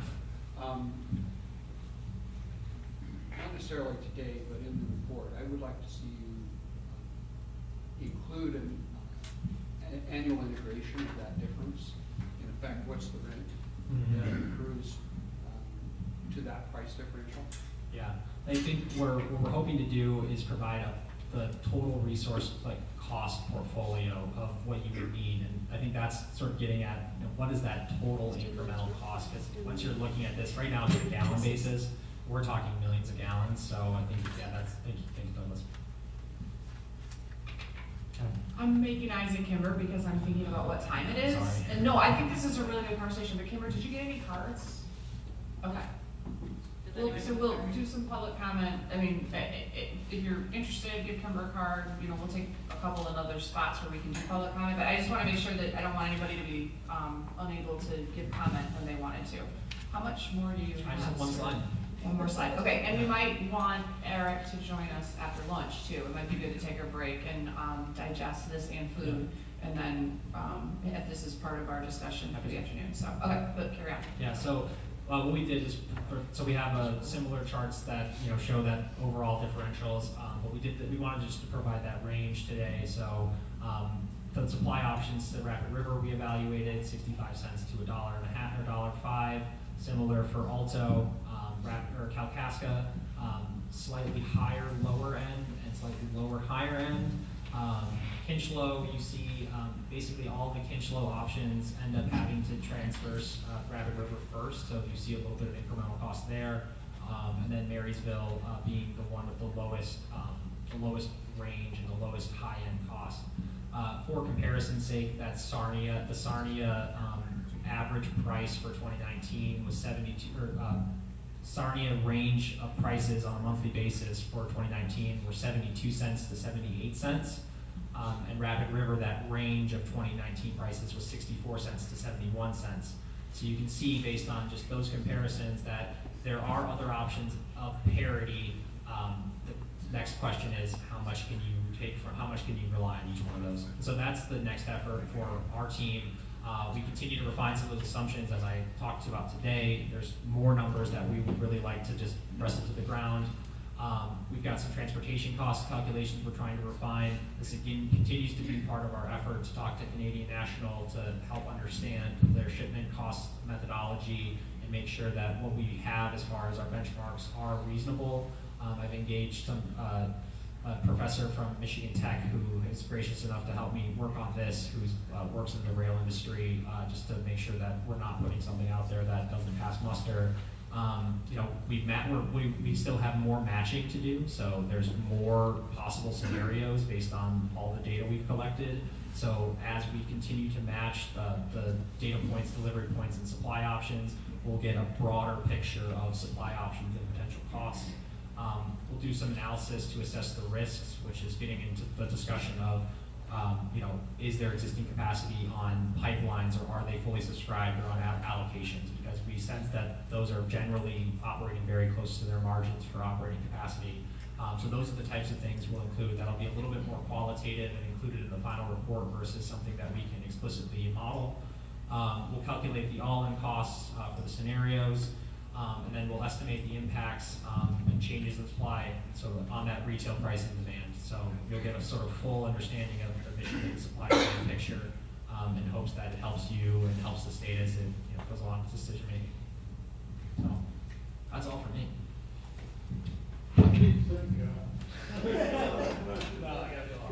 Mike? Yeah, you know, I know our charge is to look at, you know, UP scenario, but I mean, you just showed that the lower peninsula demand is working times, you know, upper peninsula. I mean, are we asking or do we want to include like lower peninsula impact? You know, like he was mentioning, you know, doing a total dollar impact. To me, it just seems like the lower peninsula dollar impact is maybe so much greater than the UP dollar impact. So you are such a good Michigander, Mike. Our task is the Upper Peninsula, but I don't think you're alone in seeing, as we're starting to understand these numbers, you know, what are we seeing from an impact perspective? So. Obviously, the UP has problems because this place is not getting any warmer. Hey, nice try. Put on a jacket. We're on the conservation part of our I hear, Mike, I hear what you're saying, to your point, no question. Our task is on the peninsula, and obviously, you know, being that this is a group of, you know, more than 50% Ubers, and that's the charge that was given us by the governor, we take that very seriously. I think Dan's gonna give Mike his jacket right now.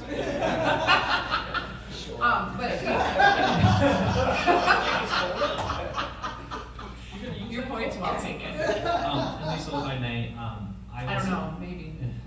What are you gonna say? That the contract I have with Eagle and the MPSC explicitly states I am to evaluate the Michigan impacts. So I'm focusing today on the Upper Peninsula, but as I said, we're focusing on 3 supply points into Lower Peninsula, and we've obviously spent time quantifying those impacts. So you will get a similar range of options as they relate to the Upper Peninsula or Lower Peninsula, as much as that may be outside of your mission. I know that that's information that both Eagle and Commissioner Scripps and the MPSC are looking to see and is included in our analysis. Well, just because, you know, I saw you have I know, right? peninsula number just makes sense, so you're halfway there. We care about everybody. But yeah. Yep. Other questions for Eric right now? Okay. Maybe a comment, I think you've done a Please. fantastic job. This was a lot of good information. Absolutely. Obviously, you've done your homework and done a lot of work to bring it to where it is right now. So thank you for that. Thank you. Yeah, I want to echo that. We really appreciate it, Eric, Maggie, and you know, Jill on Skype, perhaps. Just to make this connection for everybody too. I think our task force members get all the pieces, but just to make it for everybody in the room. You know, so we had the session. The kind of short last minute meeting that we put together a few weeks ago, that was to make sure that the public sector team had these modeling scenarios so they really could help us by giving us numbers and analysis that were going to assist in what will then eventually become a component of the report, right? And so these modeling scenarios are one piece of what that deliverable looks like by March 31st, the governor. And then the other piece is the recommendations. So what have we as a task force talked about quite a bit in our series of meetings, and what have we heard about where we think the state could support residents, commercial industrial, you know, from a propane disruption perspective. So that's what we're going to talk about this afternoon. You've got, you know, a couple of pages just to sort of get our thinking going based on the chart that we talked about a couple of weeks ago when we got together. So those two pieces together then become, you know, what that deliverable looks like. So just trying to tie this all together for everybody so that hopefully the path makes sense. And obviously we want feedback, you know, to make sure that everyone feels comfortable where we're going. Okay, so with that, I'm gonna look at Kimber again. Do you have anybody that want to give some public comment? Okay, so I'm gonna suggest then that we go ahead and take lunch, and then I'm gonna just say, we'll throw in public comment again this afternoon. I'm just gonna keep asking everybody. So if anybody wants to speak to us, you know, the task force is very interested in that. So we'll just open up again this afternoon for some public comment.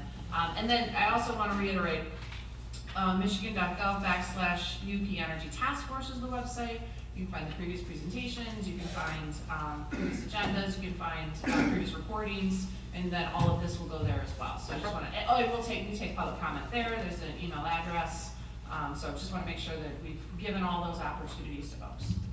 Okay, with that, thanks again, Eric. Can we get this Maggie. presentation later? Absolutely, yep. I think Eric sent it, I think he was making changes at midnight last night, so I'm just kidding. So we'll get you versions. So.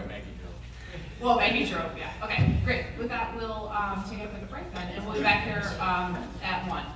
Thanks. Yeah, okay. We're going to spend just a brief moment on high lake levels, since I know you're all interested. You know, it's not just our Great Lakes, it's also our inland lakes and streams that are fully saturated, right? And so we are at the highest level that we've been since 1986. We just got the recent forecast from U.S. Army Corps of Engineers updated like yesterday, and not only are we going up, we're going up further. So we're already at the top, we're expected to go up another 16 to 18 inches. We've changed 5.5 feet, so like the size of, you know, an average adult, not me, because I'm above average, the size of an average adult in the shortest period that we've ever done it. So it's not just the fact that, you know, we're high, it's also that we did it really fast. And now, even, you know, we were talking about this on the way up, some of the storms are not necessarily outrageous storms, but they're having a huger impact because the lake levels are high, the inland lakes and streams are high, there's nowhere for the water to go. So stay tuned, there's gonna be a lot more on this. While we're on this brief commercial, All Day Monday is a high water summit downstate. So it's 6 or 7 state agencies, plus the U.S. Army Corps of Engineers, plus a bunch of locals that have been having challenges talking about, you know, what are we looking at going forward? Like, what are the projections? What are the forecasts? Then what are the assets that state, federal, and local governments have together? You know, what's in the regulatory toolbox? What do we have from a financial assistance perspective? And then what's that white space? And what do we need in order to make sure that we're responding as effectively and efficiently on behalf of the 10 million Michiganders? So, yeah, there's your commercial. Yeah, it's like I've been doing all day, every day, when I'm not doing UP Energy Task Force. Okay, so thanks everybody for coming back. A couple of just kind of housekeeping things. First of all, there's a lot of leftover pizza, so those of you that are in the vicinity and can take pizza with you should consider taking pizza with you. There are also cinnamon sticks. Everyone should feel like they can help themselves to that. And the salad, you know, if you feel like salad. So just wanted to share that. Also, Tanya and Roman are going to be on the phone. Hopefully we got Tanya now too. Not Tanya yet. Okay. Well, we expect Tanya. No problem. We expect her soon. I just want to remind folks, because we are recording in just to make sure everybody can hear, we want to make sure we're using the microphones when we're talking this afternoon. So just think about that when you're commenting.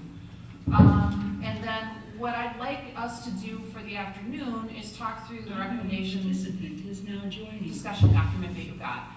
So you should have that in front of you. And actually, Kimber, do Tanya and Roman have the discussion document? should. Okay. Okay, no problem, just making sure. Yesterday I said it. Okay. Yep. Great, oh, Roman said yes, great, good, Roman. Tanya, are you on? I'm fine, yes, Are you? everybody. Okay, Hi, good. Tanya. Okay, so, just to recap for Roman and Tanya too. So, Roman and Tanya, we had a presentation this morning from Eric, from Public Sector Consultants, and he started taking us through the early, version of the modeling data that they're doing, which becomes then the data set, component of our recommendations, right? So that's one piece, and hopefully that summarizes a lot of what we've been hearing in the presentations. The other piece of our recommendations, as we've been thinking about it, is the recommendations document that's in front of you. Let me say that differently. The other piece of our report is the recommendations document. And so we started draft language here based on not only what we heard in the last discussion, but then also what we've been hearing in previous discussions about what you all have raised and what some of our presenters have raised about possible ways that the state could support if there is a challenge to, if there's a disruption of propane supply. So before we turn to this recommendation, actually maybe we'll just go to the recommendation document. I know Roman had a couple of additional questions for Eric, and I think Tanya would probably benefit from hearing that. But Eric and Maggie aren't back yet, so I want to just kind of keep us moving because it's really cold in here, Tanya, and we're all freezing, so just so you know. So we're going to look at the recommendations document. And so when you have this in front of you, I'd like you to, we started off with the charge of the task force just to make sure that we're conceptualizing what it is that we're attempting to deliver. So I'm just going to read that again for the folks of you that are in the audience so that we're all kind of in the same place. So charge 1 from EO 2019-14 was assess the UP's overall energy needs and how they're currently being met. And of course, that'll be a component of the second phase of the effort. Number 2, Roman, is formulate alternative solutions for meeting UP energy needs with a focus on security, reliability, affordability, and environmental soundness. This shall include, but is not limited to, alternative means to supply the energy sources currently used by UP residents and alternatives to those energy sources. So again, a portion of that in the propane framework, but a lot of that in kind of phase 2 of our effort. Number 3 is identify and evaluate potential changes that could occur to energy supply and distribution in the UP, the economic, environmental, and other impacts of these changes, and the alternatives for meeting the UP's energy needs in response to such changes. So that's our charge from the executive order. So then stepping into what we had started kind of framing as potential recommendations with, concurrence from this group was the broad buckets were assistance programs. We heard a lot in the, when we were in Sault Ste. Marie, but from the community action agencies about assistance programs, and Tanya's been bringing that up kind of as we go along. Weatherization programs as well, sort of fitting into that bucket. Propane pricing, and consumer protection. So when I talk with people, those are kind of the 4 big buckets that I think about based on, again, the discussions that we've had in the past. So before we go into those areas, I think I want to just stay at a high level for a second. Well, I'll go a second. So the other piece that we did was through evaluating potential changes, how do we think about storage capacity? We've heard a lot about storage capacity, and we as a task force have talked about that and digested that a lot. Also, monitoring marketing conditions. So we understand that there were a variety of things that played into the 2013-2014 price spikes, and so how do we think about what can the state do? What can we understand about market conditions in order to inform that? We talked a lot about rail infrastructure, and that's come up a few times, and Eric has talked about his conversations with MDOT, with CN, to try to understand where the state could support and incentivize there. And then finally, state contracting for propane. So when we think about what sort of assets do we have, the state purchases a whole lot of propane. So is there a way to increase that purchase, make that purchase available through assistance programs to low-income customers, to support the retailer work to help get tanks filled at the time when it's easier to fill the tanks. Okay, so maybe I'll stop there and just see, do these headings seem like the right kind of headings? Are there big categories we're missing before we dive into these categories? Does this feel right? Douglas is ready. Thank you, Douglas. Thanks. What to draw everyone's attention to the section headed weatherization. So, in the language of energy programs, weatherization is really associated with assistance to low-income households on what would otherwise commonly be called energy efficiency. And it's only a subset of energy efficiency, but it's the most important part. The items underneath this heading right now are largely the low-income focus, but some of our discussions went to broader energy efficiency programs not being available to propane customers, because those are offered through regulated utilities, and on the sort of building shell and heating side, they are primarily the natural gas utilities, so these customers don't have access to them. So I'd be happy to go either of two ways. Keep this heading and speak to more than just low income, or split it and cover both, but I do think we should address both.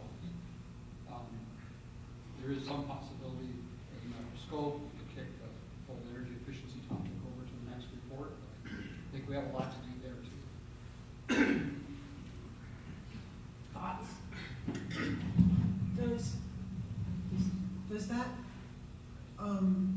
line also mean that we're looking at how things are paid for as a primary characteristic? Because I think about weatherization, and it's driven by the funding source and the contingencies of each particular funding source that are so strict. Maybe not very clear to us.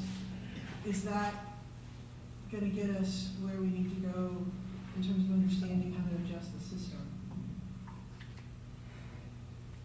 I think if we want to look beyond what's traditionally described as a weatherization program because of the federal funding with that name, we do need to talk about energy efficiency, something of that kind, and then look, not only at existing kinds of programs, but at others as well, if we want to.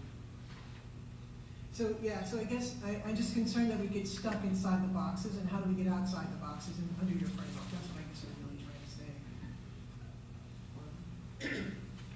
Unknown participant is now exiting.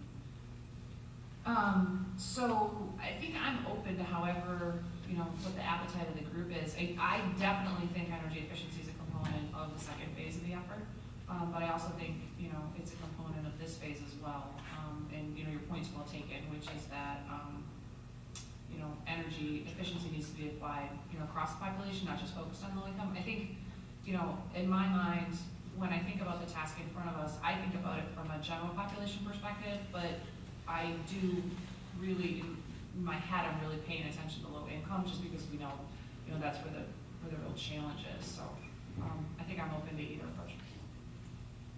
I guess I'd recommend that we include the propane-specific energy efficiency discussion in this. I think we obviously, or my sense is that we'll talk about energy efficiency in the second piece, but it may look a lot more like the traditional utility energy efficiency programs around gas and electric, and the sort of unique elements of the sort of unregulated propane market, or unregulated in this particular price and issue. I think makes it a unique challenge, and so I would encourage that we include it as part of this discussion, and so it doesn't sort of get lost in the broader energy efficiency discussion.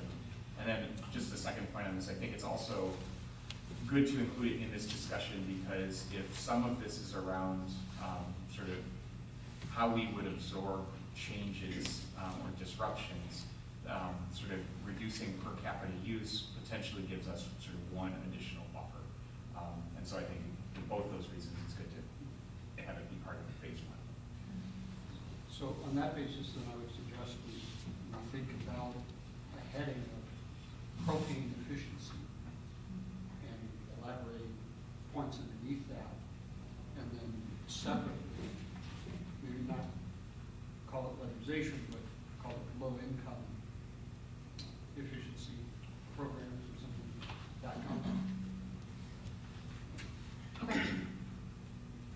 sense to me. Yeah, that's important. Any concerns? Okay.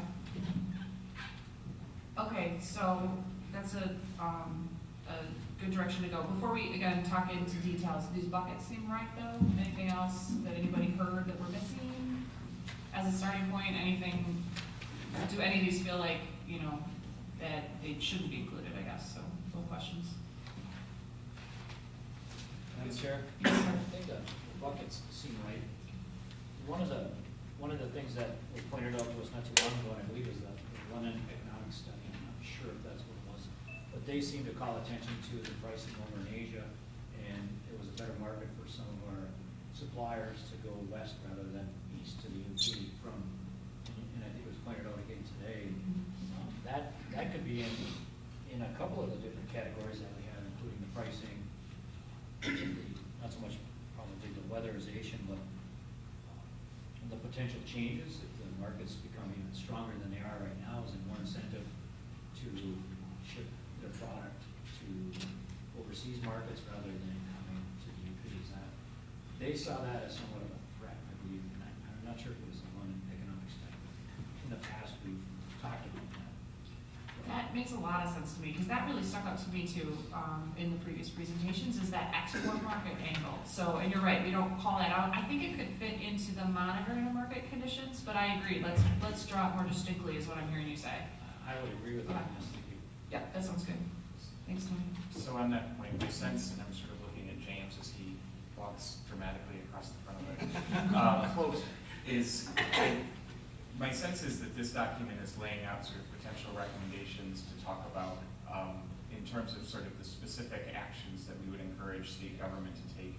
I do think that there's what's probably not captured here, but which I think is a critically important part of the report, is a discussion of sort of the context and the broader, all the issues that sort of affect this, and then sort of out of that sort of discussion, these recommendations are put on the table. And my hope, if I'm understanding that right, my hope is that some of those sort of global macro challenges around sort of the changing dynamics of propane becoming sort of a global commodity and not as concentrated to sort of traditional lines should be included in that discussion. Okay. James is shaking his head. Yeah. Yes, sorry. Okay. Other big thoughts? Yeah, please, Mike.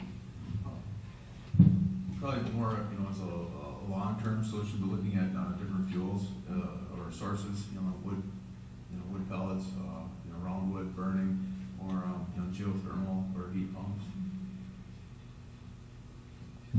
Yeah, so that kind of fuel switching sort of discussion. In my head, I've been thinking that because it's a more part of the comprehensive discussion, I've been sort of putting that more in the second part of our effort. But I mean, it feels like it needs to be here, or maybe it's something that gets a mention here, but then becomes part of the second phase. That's how I've been thinking about it. But whatever you guys want. Yeah, and whether it's phase one or phase two, just Okay. don't want to be in discussion. I had somebody just stop me a day or two ago too, and I'm not sure if I looked at my notes who wanted to come and present to the task force about residential wood burning in the Upper Peninsula. Like, great, let's get all the information we can.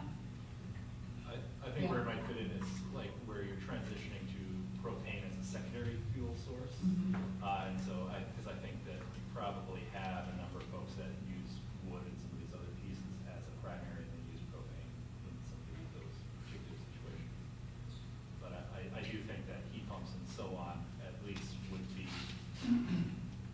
primary for a certain degree temperature before you kind of have propane there as a backup fuel source. So I think it may fit into this, but I'd be certainly open to moving into the second part of the discussion. Okay, well maybe, back to Dan's point from a second ago, maybe it ends up becoming part of the contextualization and then we do more exploration in the second phase? Yeah, I think it has limitations. Like I said, when you get down below zero, I think it has limitations. I think, firing up your heat pump with, 21-cent power from upload, it's going to have, economic limitations. Yeah. So it needs to be a holistic approach, and that's probably why it's in the second half, I would think, because it's got to compare it with solar or something. There's ways to address that cost, and then performance. You have to do the fuel switching to back up your heat pumps and your solar. So that's going to be a big approach, I think, and that's probably approach towards electrification.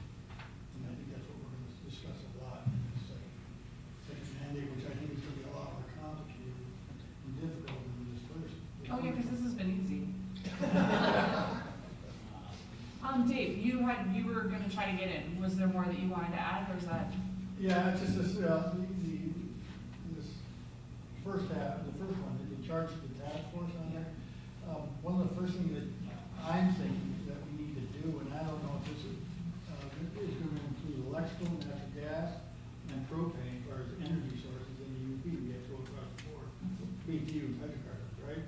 You know, specific to propane in that task, or the OR. It's got to consider all hydrocarbons and electrical.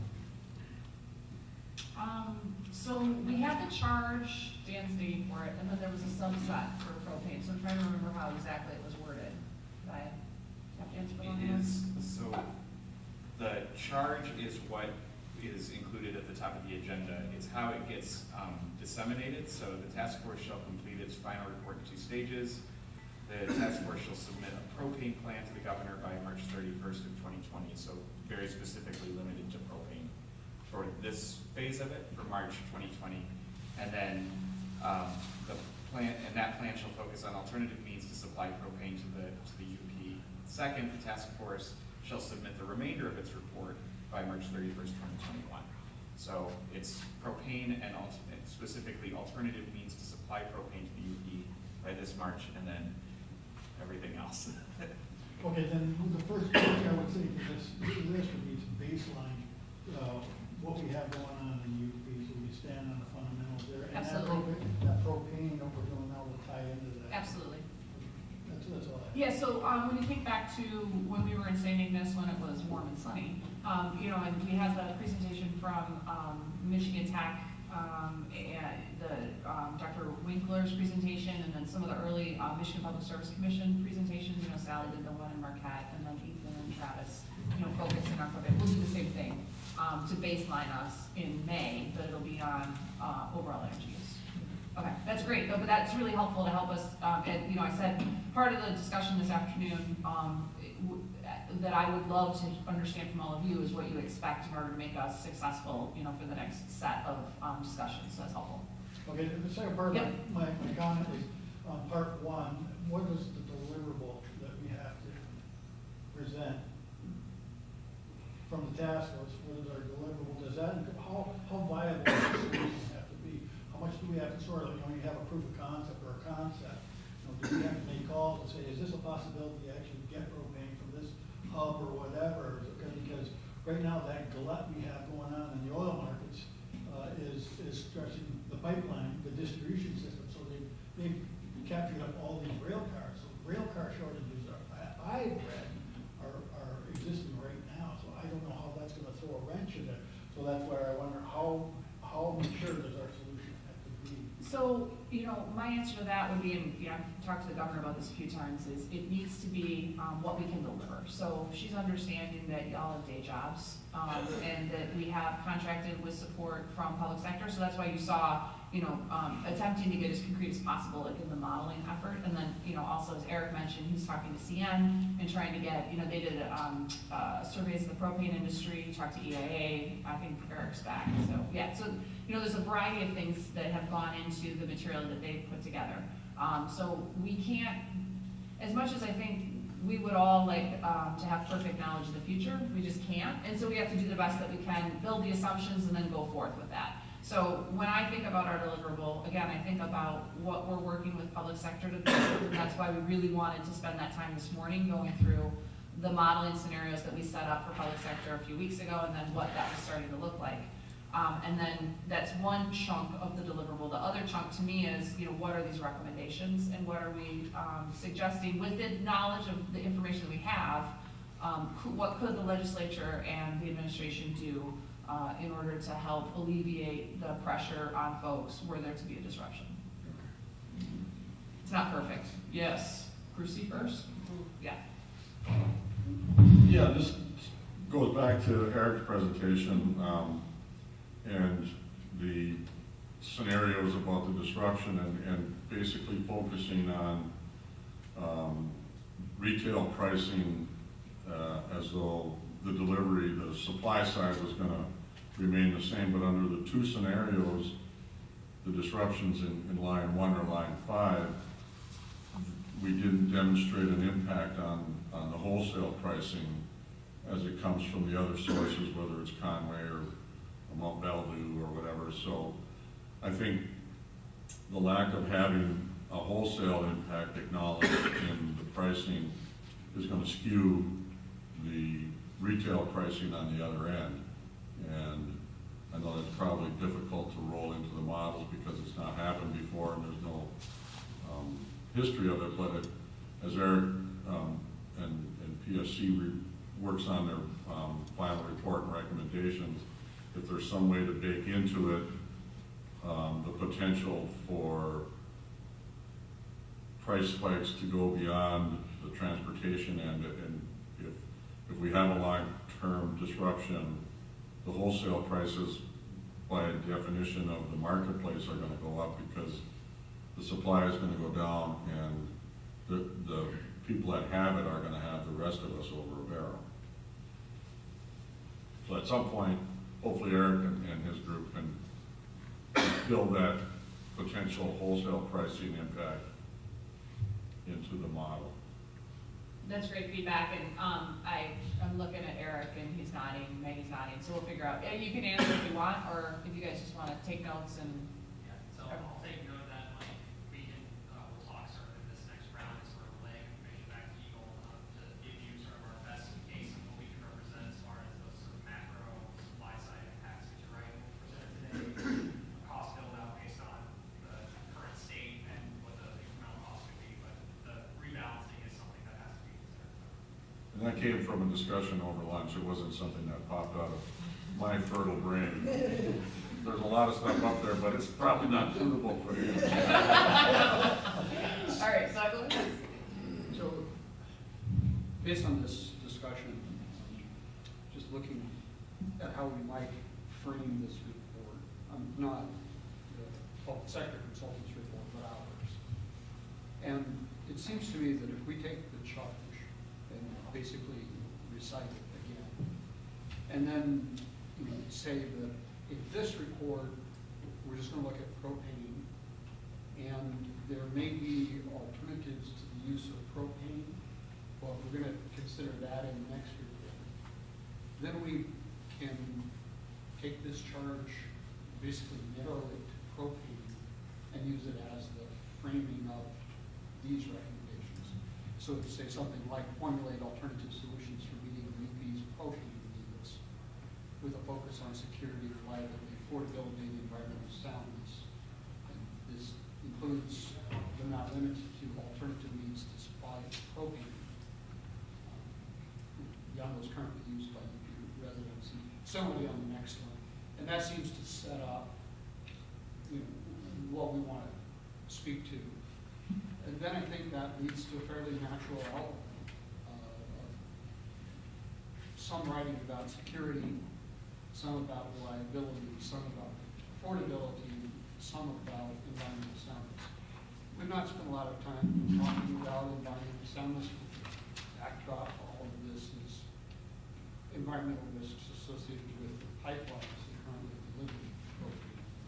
So a little bit of discussion can refer to other reports and so on that others have already written. We don't need to for that.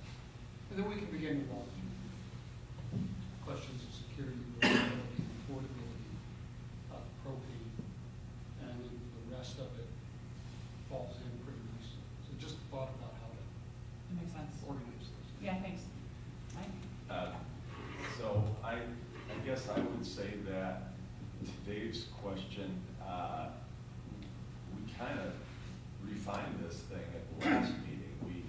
We eliminated a lot of those further out options. We kind of boiled this thing down quite a bit already, I think, and I think that was a good exercise for PSC to have an understanding from all of us that we wanted to narrow it down. I agree with Mike. In sitting here this entire time, Doug, I appreciate your suggestions, and I mean, okay, I'm not going to stand in the way of any of that type of suggestions being added. My focus, though, has been, I think the biggest target that I've seen is the lack of wholesale competition, and the storage issues, Dave brought them up at the last meeting, and I think those two issues are huge as far as I'm concerned. The other things are great. I'm not gonna get in the way of those. Those aren't my areas of focus, but I think the lack of wholesale competition has really stood out to me in this, and the limitations of storage up here, so.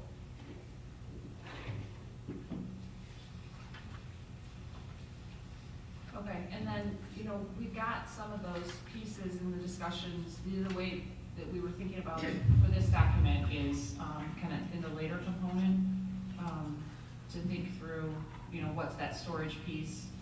The wholesale piece, I think, that's a little trickier, right? Because it Can't legislate competition. So, okay. Or you can, but you can't create it through legislation. Well, or the competition is the alternative fuels. I mean, and that's the reality. And that's what we've seen up here, right? People leave Upco to put solar on the roof. It's more cost competitive now. And not to say that that's the direct corollary to propane, it's not. But I think, and that's where it's also tricky, because then we just keep moving that to the next piece. And I think that's where we go back to the short-term, long-term, right? There's the short-term, immediate need. People have propane right now, they need propane right now, whether primary or secondary. And then what's that long-term question? I'm not answering the framework question, but it is a part, it's kind of, there are alternatives that could cost less if you have the capital to put it in. I think that's what I'm saying in economic speak. And do we need to include that as a piece of the analysis? I'm not sure. Isn't it, I don't mean quarrel, but isn't it basic economics that the supply and demand is gonna happen if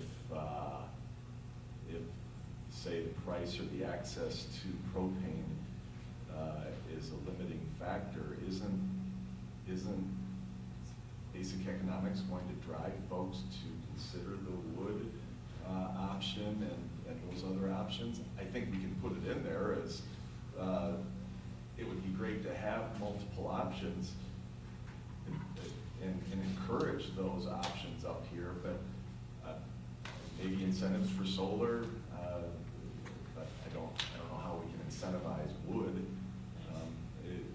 So I think that there's some challenges in that. I think we can mention it, but again, I think Dan just laid it out for us. Our first focus here, and it's in a month and a half, is to give the governor a plan on propane specific. Right, and I agree, I completely agree. And it is, those folks need it, if we have a disruption, they need it, that's a given. I completely agree, it's just how to bring in, and maybe it is around time frame, I guess. Well, I still think that it's a kind of first phase, second phase, right? So I think that we need to be fairly clear in order to meet our deadline about what it is we're trying to deliver in this first phase. And, so to Douglas's point about, how do you layer in propane into the verbiage of what's laid out in the executive order, I think that helps us kind of frame it. So when I think about the recommendations, like what I'm trying to drive us to is, what are the high levels that we've heard through the presentations that we want to make recommendations on, right? And so while, we certainly have talked about all the different energy components of the Upper Peninsula, I think when I think about what it is we need to deliver, I think it is, what are our recommendations on storage? What are our recommendations on customer protection? What are our recommendations on weatherization and supporting low-income customers? I think those are the buckets I'd like us to talk about today, and make sure that I understand and our team understands, what you all want, so that we can get putting that together. So I'm just going to try to keep narrowing us down in conversation.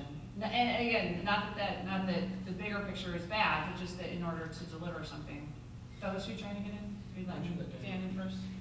Yeah, I think that's right. When I think about Mike's point on which Mike? I Mr. Nystrom's point on wholesale competition. I think there's a couple places where it shows up in the recommendations, sort of as draft, and I realized. So one is where there is sort of a natural monopoly because the propane, or because the pipeline is the preferred source. It may be that you beef up consumer protections and allow, instead of just being able to reach the retail level, get to the wholesale level, which I think is in here. The other is, how do you allow for some sort of meaningful option? And so in my mind, that's largely rail. It's unlikely to be another pipeline, and so on some of the rail infrastructure, to diversify our supply sources, how do you allow that so that it becomes the check that Chris has talked about, where he's able to bring in a portion of his product that way, if for no other reason than just to keep everybody else honest. And so I think that's a piece of it too, even if it's never going to be a majority of the sourcing because of the existence of Line 5 or Rep Group, that there are other options just to keep a cap on sort of, what you price at in comparison to your next competitor. And then I think the final piece on sort of the competition piece is just, is things like storage and the other places where you can sort of provide buffers and be able to ride out spikes and things like that. But so I think there's a couple places where there are specific recommendations, but I do think as you go back and listen, and I hope this is reflected in the context, that we've seen this issue come up over and over again. We've seen some changes in NGL purchasing the Kinchlow facility and other things like that. But here are a couple of recommendations that you can't, as you say, and I totally agree, you can't mandate or legislate competition, but there are places where you can beef up consumer protection pieces that reach into the wholesale level and at least sort of allow for sort of rail to transport more as a check against sort of market abuse. Dan, can we promote competition by developing two sources from different oil fields and avoiding a single point of failure? If we had two sources where the UP could source from Conway or what have you, and then you got the other source from Superior, they're coming from two totally different fields, that by itself would inherently promote competition, right? I think it's how, yes, I think it's how you get that from here. And so, so when you are railing in, you don't just have to go through Plains. You can sort of contract directly back to Edmonton or wherever else you're sourcing the product from, as a way of sort of avoiding the one market player. And then I think that sort of inherently allows for sort of, as economics dictates, where the ultimate sourcing of the material comes from. But it's how you get it here, I think, is in some ways the First, just a quick comment in response to some of this conversation, and kind of switch topics. On the question of competition between fuels, we have wood, propane, fuel oil, a little bit as sort of market alternatives, but the majority of the alternatives are electric and gas that are regulated. So in the next phase, we'll talk about those things, but I don't think that we should assume that the current tariff structure, pricing, et cetera, has to stay as it is. And there are some things you can talk about doing that we can change the competitive alternatives to open market fuels. So just preview of things I'll bring up, in a couple months. Is Roman on now? Can we? He's on. I'm not sure if he can hear you very well. Okay, I'm not wanting to ask you a question, but I wanted to ask Eric some questions, and I wondered, because it feeds into a couple things I want to comment on here. But I wondered if maybe we could. Yeah, Eric's just stepped out, so. Okay. Maybe get our additional questions for Eric then? Yeah, that sounds good. But since he stepped out, why don't we, we'll hold additional questions for Eric. Okay, I'll wait. Okay. I guess I'm just gonna keep drawing this back to, are these the right categories? And I think I'm seeing heads nodding. Okay. All right, I'm gonna pick on one of the categories and just try to drive it down a little bit, and then, we can also broaden out. So let's, just because I don't like to go in order, I just, storage, seems like it comes up a lot. So, you know, we've talked about the difference in storage between the Lower Peninsula and the Upper Peninsula. We've talked about, not only tanks as storage, we've also talked about, rail as storage. We've talked about storage, being customer storage or being retailer storage. We've also talked about the fact that we've got a bunch of retailers that were operating as good actors and did a bunch of storage after 13-14 and wanting to think about, you know, if there's a way to encourage additional storage, how do you do it in a way that doesn't put those that have already made the investment at a disadvantage? So I think, to me, all of those things are in the back of my mind as I'm thinking about, you know, what should our recommendations be. You know, I think we could think about things like, when are we incenting storage? Because I think if we're from the low income customer side, you know, if we're designing programs, we want to incent tanks to be filled up at a time when it's cheaper. We've also talked about, you know, how could the state be involved in that potentially? And then, you know, the last thing I guess I'd put on the table before I stop, because that was a whole lot, was, you know, would there be a way to craft an economic incentive or make a recommendation to the legislature to craft an economic incentive that could, again, not penalize those who have already made the investment, but maybe create encouragement for retailers to do storage at that level. So I'll stop. Those are some of the things that I think I've heard us all talk about. Yes. Okay. I agree, thank you for that. And that, we don't have to take all those either, I'm just throwing stuff out there. Yeah, understood. Maybe to get a little specific within the category, but was going to call to everybody's attention that, you know, maybe the most swiftly actionable item that we have on this list actually covers a couple of these categories, or is listed in a couple of these categories, and that's certainly under storage with regards to the residential tank sale and incentivizing that. It also listed under, it is the only assistance program that we've talked about. So maybe a twofold purpose, again, I think pretty quickly actionable with some support, but it goes to the affordability of the product, because we're not forcing folks to wait until the extreme cold weather until their tanks run down 25% full and then buy very expensive propane at that time. But it will also incentivize folks to, I'll say, keep tanks full and utilize that already existing storage capacity.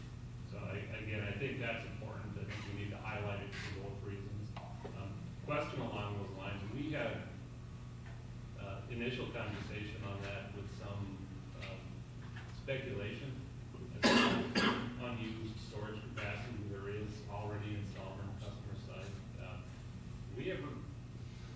we ever pursued that outside of the room? Have we ever get an answer? That's where I wanted to ask Eric questions. Dan, I know you did some math on this too. I think my math is James's math. Oh, Can you James speak did to it? math? How much customer cited storage do we have? Wait for Eric. Okay, all right, thanks. And point is, Here he comes. yeah, All right, I think there's a talking high about you. potential there. All right. I agree. I Do think you want to do the it numbers now? back it up. I think he may not quite be done. He's not quite done. Yeah. I suspect we're not using half of the available. Yeah, we've got some numbers on that. Okay. We'll hold it for a second. Oh, Sorry, Eric's I got caught on my way back. You got what? I got caught on the way back, so. Yeah, no worries. We probably want you by a microphone, Eric. I'm just guessing. I'll come up front again. Okay. You can share with Dave and Jim. Yeah, there are a lot of people on that microphone. Sorry, guys. Okay, I start. Yeah, but let's start with this residential storage question. Okay, yeah. Eric, while you were out, we were talking about residential storage. Yeah. You teased us a little bit this morning, but didn't actually give us any of those numbers.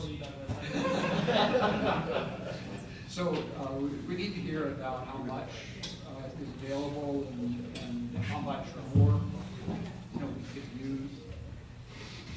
Create buffer by changing the policies and those kinds of things. Yeah, so this analysis is pretty, actually it's easy to do because what the American Community Survey does is it breaks down residential customers by their primary energy use for home heating. And so that gives us these counts for each county in Michigan. I think it's the lowest level it goes to, for how many customers are using propane as that primary source. You can couch that in. There are likely people that are using propane for supplementary heat sources, which aren't captured in this, but this gives us a baseline. And so I think the number I quoted earlier today was the Upper Peninsula's got 22,000 customers on propane, and that's spread across all the 15 counties in the UP. I should remember that. And from there, the analysis that we've done, talking to the propane providers, average household customer tank is about 500 gallons. Some people, obviously, depending on the square footage of their house, there could be probably some analysis that we could tie household size and then some ranges for what propane tanks would be. But the simple analysis is if everyone's got a 500-gallon tank, you see in the UP 11, make sure I've got the unit right on this because that's always a tricky one, 11 million gallons of storage, just the customer level UP. Go ahead. That 500-gallon tank is full. 400, yeah. Yeah, 400. Yeah, I think I've got that in here. 500-gallon tank is 400 at full capacity. Yeah. And I suspect for those using 3 million of that at any given time. Yeah, so you look at what the customer fill cycles will be. The surveys from the MPSC of retailers statewide, I don't know if it's broken out by UP, but generally we've seen that utilities are 60% on the like a summer fill cycle or a courtesy fill cycle where they're doing that fill prior to the heating season based on their tracking of customers. They're trying to right-size prices and make sure that customers are being being given the best rate to the extent they can. But at that level, yeah, so with those 500-gallon tanks filled to 400, you've got millions of gallons of storage across the Upper Peninsula, and that's going to vary. That's going to track exactly with the distribution that you'll see of those customers. So we can map that and share that. That's part of the analysis. But if you look at customer consumption, if everyone's consuming 1,000 gallons, which is sort of a statewide number for average consumption, they're filling at least twice a year. Per year. Yeah, twice per year. But then the other sensitivity is, and Chris will know this better than I do, there's a factor that's used, that's a calculation based on heating degree days, experienced in a more of a sort of closer range, that you have historical customer consumption. You can track out what the heating degree days are and make some predictions about that. And so you could theoretically, if you're looking at this from a modeling perspective, say, we need X number of customers to be filled to this level to insulate us from this potential issue or this potential increase in demand. But the problem is when you sort of do some quick heating degree calculations around consumption, sort of with a average factor, I think it's K factor is what they use. You could potentially have customers in the UP, given severity of the cold temperatures, who are filling shortly into the heating season, right? Like the efficiency of their home is really going to impact that. Where you could potentially have customers who are full in September who need to be filled again by January, right? Because that's how much you could consume in some of these cold weather events. But yeah, we do have that broken out, and I think we'll provide it in the full report. As a follow-up, then I would hope in the analysis that we'll be able to see, just as a policy matter, if we change the expected refill point from 125 gallons to some larger number, what that would do to the expected time until somebody runs out, if there's a short-term supply disruption, what it would do to the sort of number of trips that the suppliers would have to make, and what it would do to the average amount, right, that's in storage, and therefore affect the aggregate market in the case of a supply disruption. So just sort of some basic, modeling around that. And then of course, if you start being aggressive about how much you want in the tank at the reorder point, it starts to make sense to think about larger tanks.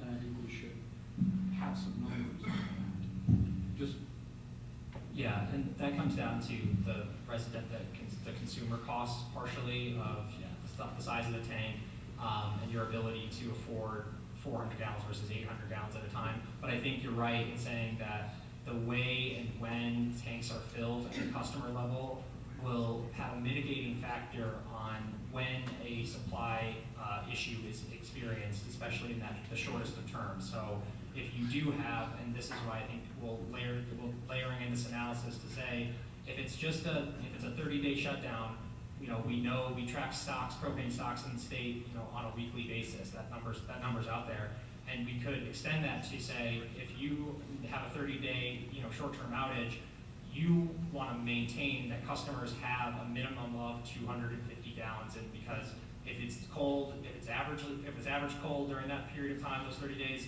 you could realistically exhaust 125 gallons. Or if it's extremely cold, what would that do to you? So I think that's a sort of might not be fully quantifiable in the modeling, but it could be a sort of a scenario that helps to link policy discussion that this group's having. So, while you're out, there was some discussion about potential of subsidy to storage, and at the time, it was framed around for essentially retailers or in the wholesale retail interface. As if we think about options of incentives or subsidies around storage, I think we ought to be examining the option of doing that at the customer level versus doing it in the supply chain. And they'll have different performance characteristics and costs. I think we ought to be really clear about that. If for no other reason, then if we start trying to do it, say, at the retailer level, then we get into a whole bunch of complications about those who've already done it themselves versus those that we're trying to get to do it, and how all of that filters down to the actual customers and so on. So. Yeah, and I'm just going to interject too that customers are going to have an opinion about what size their tank should be, right? For aesthetic reasons as well as any other reasons, right? I would also say I know that March 31st feels a long way away to some people. It does not feel a long way to me. And so some of the things we might have to have as recommendations is that there be further exploration with the propane industry about something like this. And we would recommend that when you do that analysis, you look at the difference between residential storage and retail side storage and wholesale side storage. And that might be what the recommendation ends up needing to be, just because we might not be able to do all of that between here and there. Yeah, but okay. Your reflection. Just want you all to know that. Well, the thing I think we should consider is who gets in trouble when there's a shortage first. The smaller tank guys, the high users guys, well, not insulated, they'll go through 3 tanks a winter, and the small guys that have the 250 gallon tanks, they're going to get in trouble first. So that might be something we need to consider on there. And then Chris mentioned last time when we brought up the 1,000 gallon tanks, aesthetics was one of them, and cost was the other one. So I don't know, burdening the end user with our storage problem, it's not good for the customer. If you dictated you had to have 500 gallon tanks, I don't know if that would fly, but it might work a little better than trying to tell them 1,000 gallon tanks. But in terms of security and reliability, that specific end users who benefits from most directly from the larger tanks. So it's a set of trade-offs, and then just one is to get to an analysis. I respect that we've got some limits to what we can do here. This seems to me to be more specific to the propane report than some of the other things that we've been talking about. That would be more comfortable with getting to the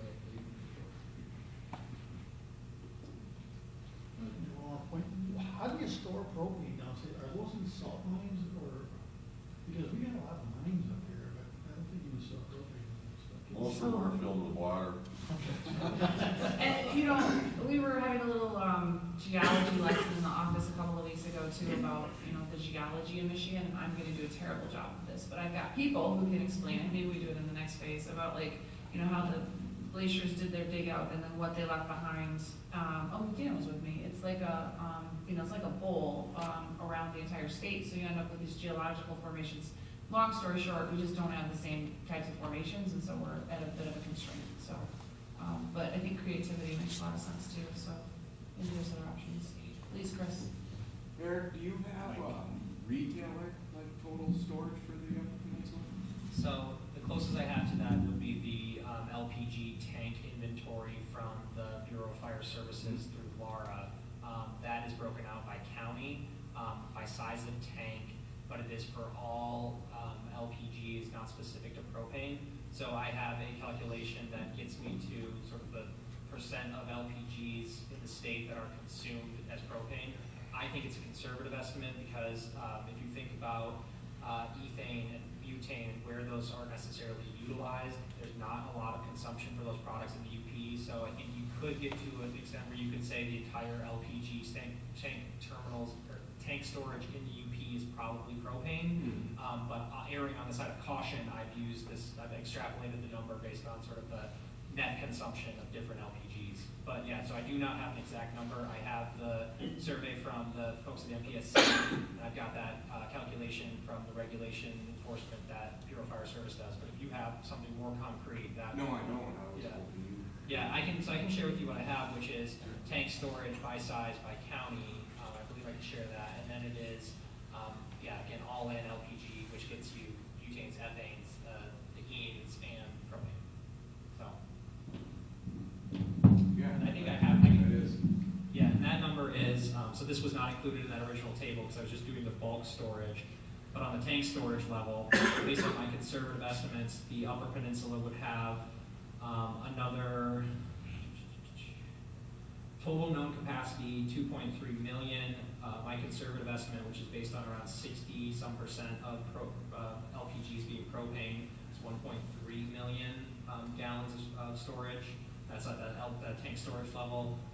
Lower Peninsula would be 15.7 million total capacity, of that 9 million being propane. So again, probably conservative in some cases. It's definitely going to depend on location.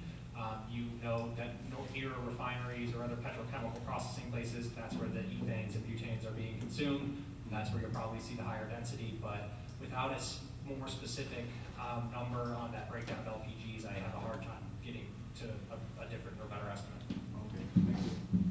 Sorry, the 2.3 million is what, and the 1.3 million is an addition? So known capacity was the first number, known capacity of all liquefied petroleum gas storage tanks. So that's that 2.3. And then the the 9 million is what I've extrapolated to say is propane.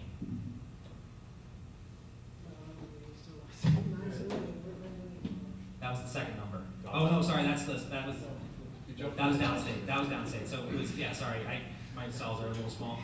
Sorry, 15.7 for the Lower Peninsula total, almost 9 for propane. Upper Peninsula 2.3 total, 1.3 propane. And that's conservative.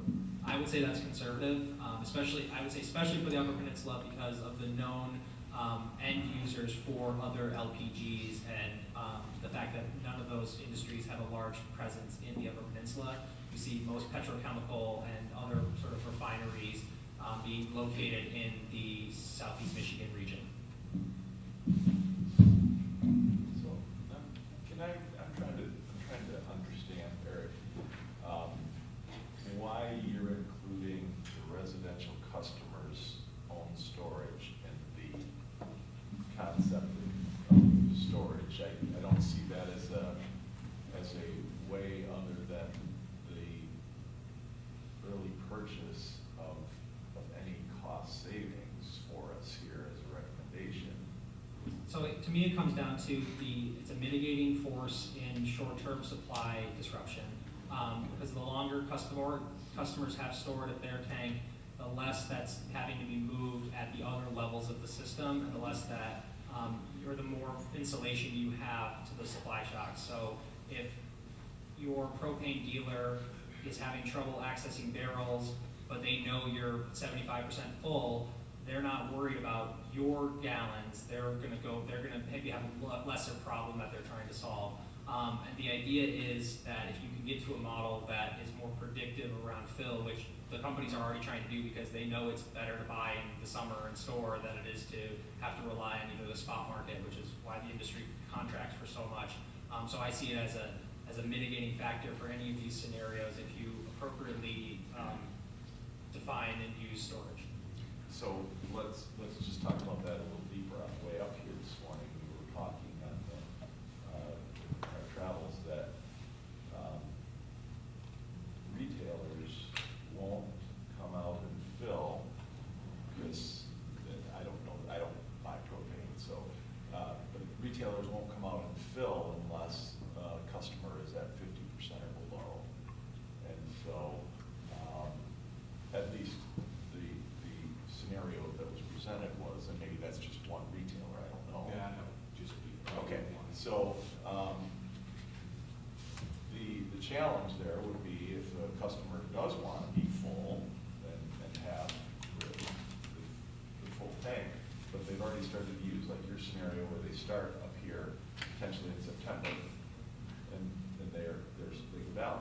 But if they buy earlier, or say at 65%, and they buy earlier at the lower pricing, that's a benefit to that customer. But if a retailer won't do that, that's a inhibition of the effort that we're trying to do here. Yeah, so certainly the balance and management of the retailer's fleet is a key consideration because they're already trying to make sure that they're filling in the same location so that when they got a bobtail full, they're not having to drive here, there, and everywhere. I think that problem can be solved if you can help them account for the benefit of the supply security that accrues to them in case it's basically an insurance policy as I view it. And so you could quantify that to them. You could even think about a model where they charge a premium to a customer that says, I never want to be below 75% because that one time I ran out was so damaging that I'm willing to pay X, right? I don't know that we're going to try and model consumer behavior around propane storage fills, but we're saying from a policy, from a sort of a statewide energy security perspective, you could achieve savings if you're having to fill less in December and January because you did it in October and September. Gotcha. I've got a couple things, but Chris, I want to start with a question if I can. You have a number of your customers who pre-buy their propane, right? So whenever they get filled, whether it's January, whether it's the middle of the polar vortex, when it's $3.50 a gallon, whatever it is, they're paying the price that they contracted to pay they're basically using you as sort of virtual storage. Yeah, absolutely. Yeah. And you do the same on your side, right? That you do a mix of sort of market purchases, but you're also locking in a percentage. And I think what we've seen in our surveys is that percentage has gone up pretty significantly since 13, 14 in terms of retailers doing the same thing, pre-buying here. Yes, it is. Yeah, because I have to prepay my wholesale for the gallons that I project. And then my customers will prepay. And in a warm winter like this, at least below the bridge, I know there's a lot of folks who are, this may not be the winter that they make money off that deal, but other winters they will. Right. Well, the larger problem is with the warmer weather now we have an influx of inventory. Yeah. Too. So it seems, I guess I wanted to put that on there because I think we're talking about a specific percentage of the population here that's not basically doing that, who's more exposed to the market volatility. I think if we can get more storage out in general, and maybe it's sort of that there are a combination of factors, that if we can, in our monitoring of market conditions, know that we're that we've lost a couple layers of redundancy, and so we're sort of increasingly exposed to the situations like we saw in 13 and 14. And so in that case, we might actually want to encourage fill-ups not in September but in January to guard against a potential February price spike. And I don't know the mechanics of how to do that. I think we could, in terms of like you work with the association or something like that to develop a program to encourage that. But it seems like some of this is not even at the beginning of the season, it's mid-season, but before sort of the ramp up or the spike to insulate against that. The other piece, I guess, and it seems we've spent some time talking about sort of distributed or customer-sided storage. I think there's still questions about, do we want another Kinchlow? What is public policy mechanisms that we have to encourage something like that, or do we want more people to do what Chris did, and that is to put in more storage at the retail side. The other thing that I think sort of looks like this, what we just discussed is, you know, and again, sort of connections with other things, and this is the state contracting, is can we use state contracting as sort of virtual storage or pre-buying mechanisms where we know, you know, right now we're in this sort of situation as the state where we're providing assistance to people, and often, or at least sometimes, they're using that assistance when the price is highest. And so we as the state are overpaying in the same way that those customers are overpaying. And could we contract for, you know, we can contract for our buildings as the state. Could we also contract a certain amount that equates to our assistance program so that we've got that locked in at a price point in the way that customers who pre-buy from Chris get that locked in as a price point, and essentially use the broader market as our storage that guarantees that when we need that we get it at a certain price point. And again, I'm not sure exactly what the mechanics are in terms of effectuating that, but it seems like it could be done and might be something we should think about. You may need a federal waiver for that because most of the assistance money is passed through from the federal government. So I don't know what their regulations are on the usage of those funds, if they're for emergency crisis, you know, points or not.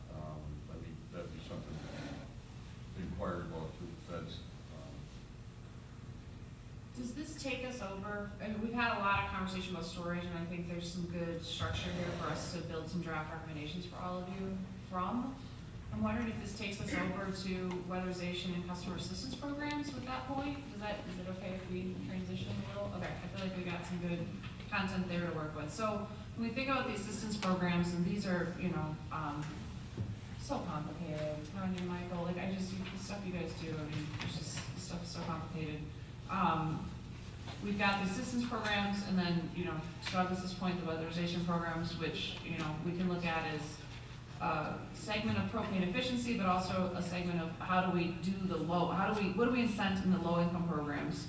And, you know, one of the pieces here, as I think about, you know, under the weatherization piece, the federal LIHEAP dollars here, one of the things that I think consistently comes up for me in the weatherization programs as well as in our previous discussion is whatever we recommend, I think we always want to recommend a component of working with the propane industry. Because I know the weatherization folks were telling us that they had started a propane subgroup that had been meeting to talk about. Hey, Roman. Yeah, we can hear you. Are you trying to get in, Roman? Well, yeah, anytime. So if you want to let me in, I'm standing by. Okay. Is it on the topic of weatherization or low-income programs? It is related to. Well, then you're perfect. Your timing is fantastic, because that's exactly what we were talking about.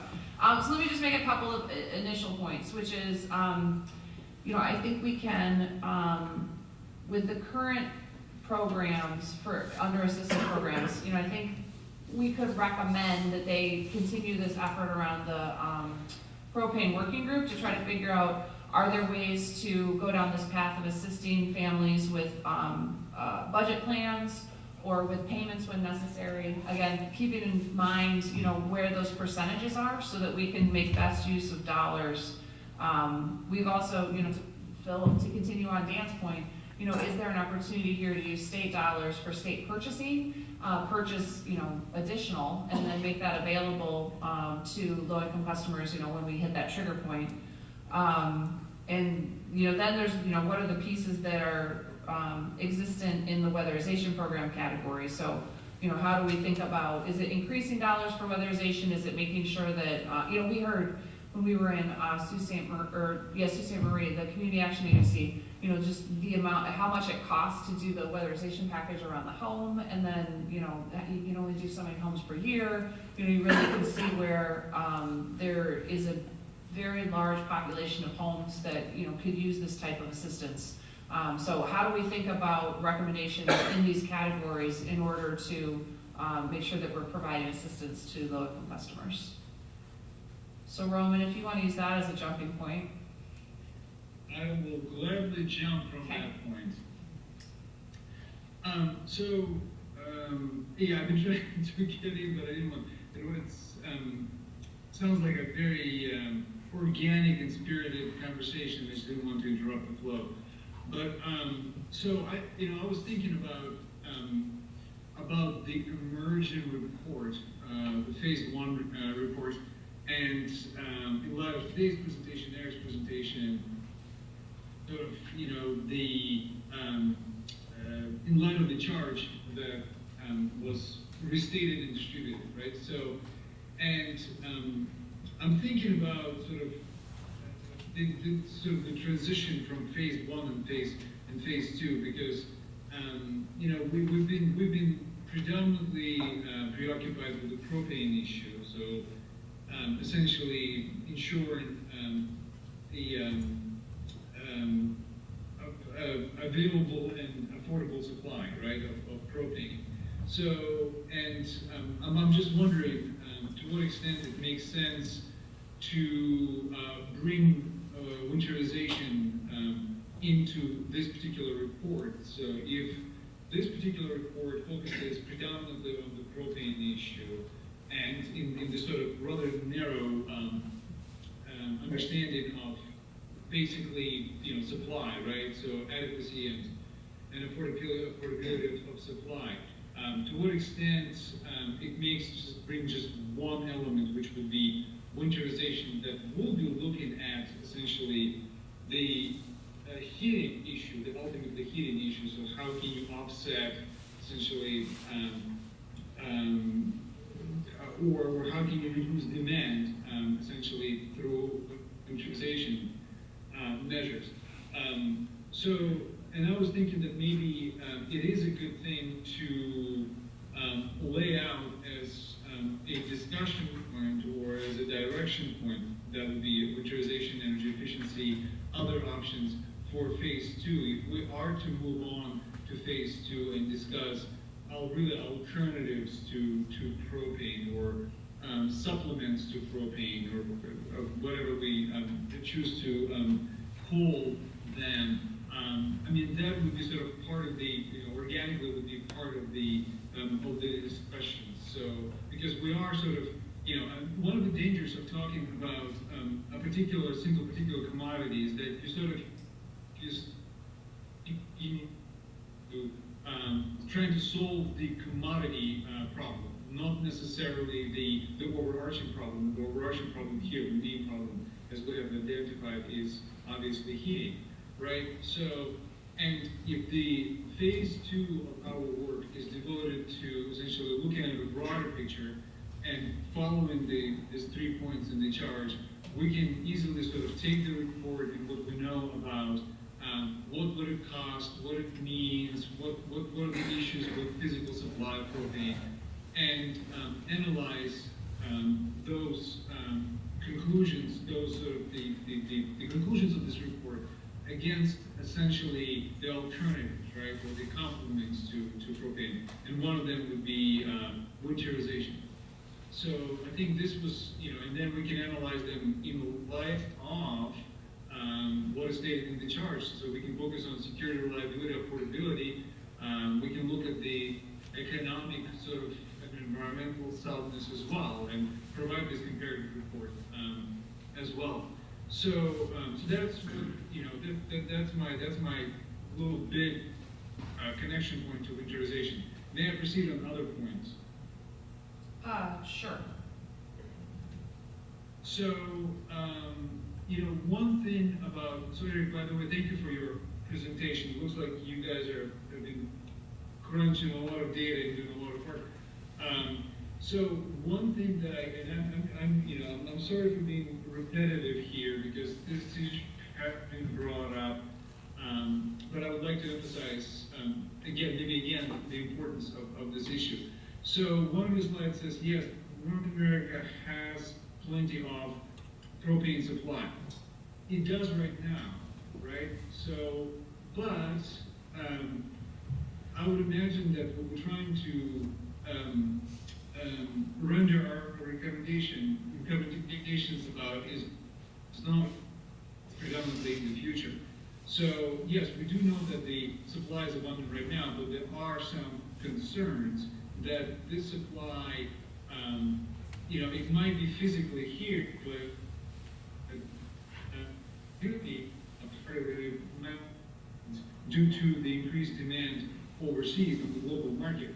So, I just would like to caution about drawing this or putting this assumption as something fundamental and not carving out a caveat, highlighting risks associated with the convergence of the North American propane market or NGL market, right, and the global market. Because again, so we might have a situation, yes, change, and the global price might change, and might change the favor of North American and particularly U.S. customers and Michigan customers. So that's another point that I wanted to make.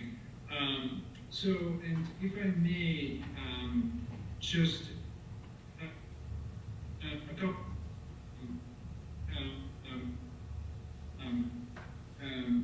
suggestions about the report. I think it's important to highlight the limitation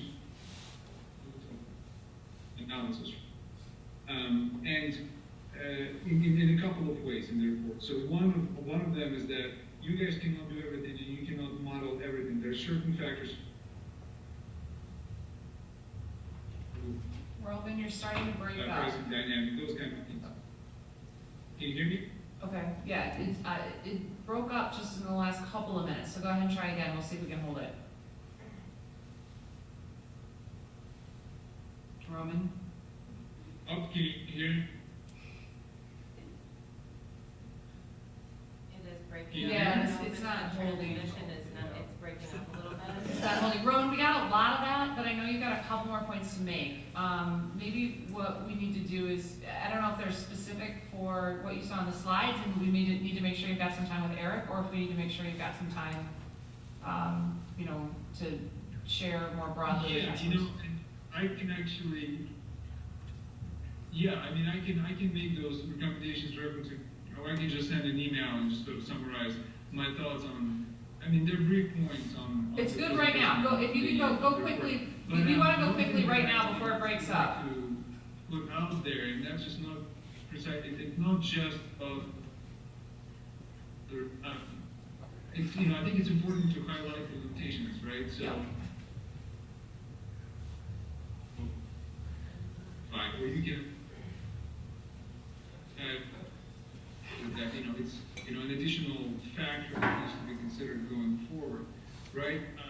And that's sort of the limitations of the study, but also as highlight those limitations maybe as possible points to bridge to the next phase. That okay, so this is we've done this, but we also understand that there are certain things that propane is good for and necessary for and sufficient for right now. However, there are certain things that are limiting if we are to rely solely on propane or predominantly on propane. Yep. So that's sort of my 2 cents, if I may. So I know that the quality is.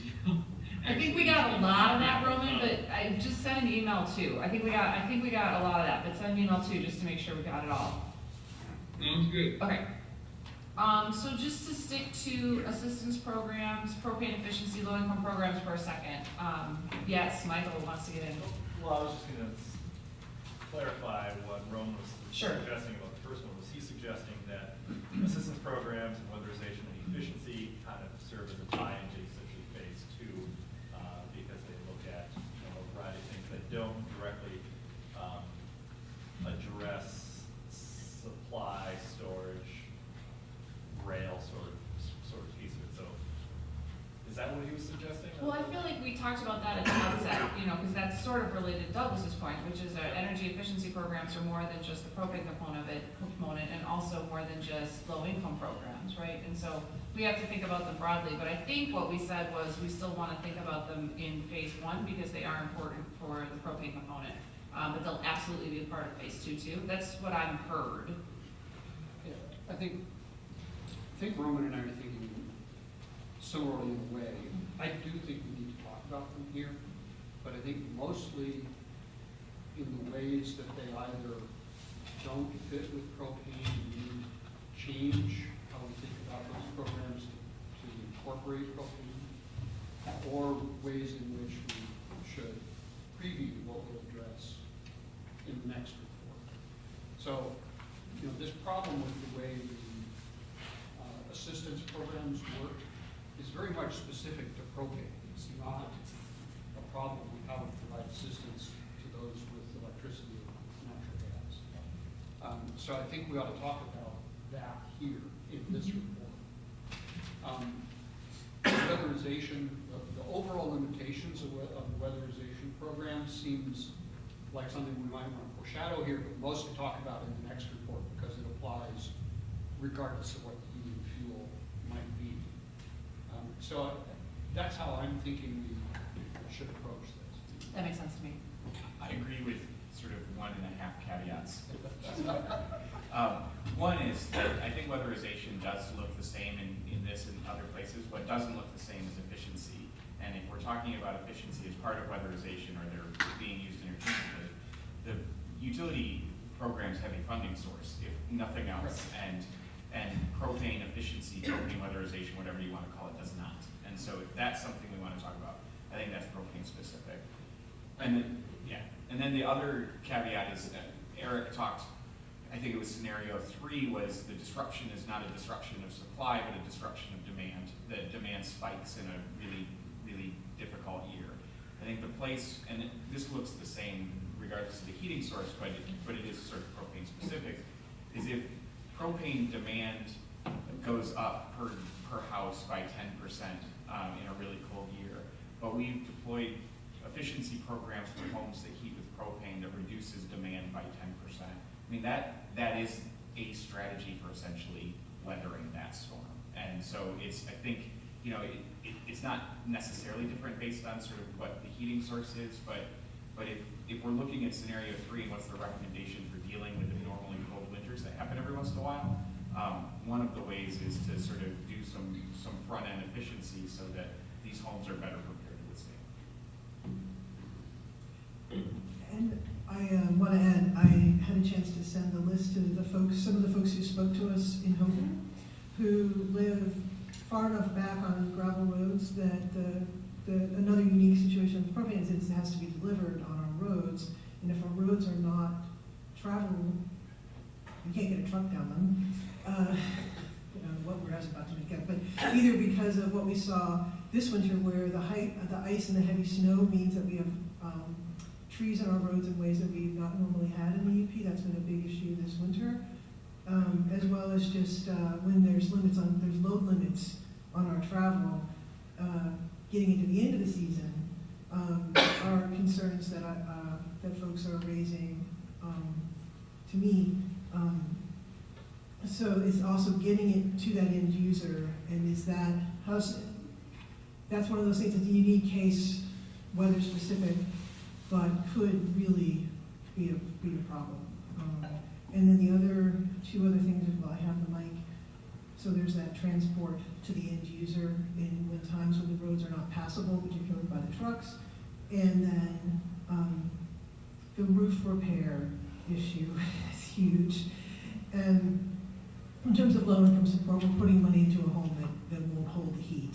And then in some of our smaller communities, this is separate from the low income, but I was asked to raise it, was district heating ever as a potential solution? And there could be cases where that may be the very best use of our resources.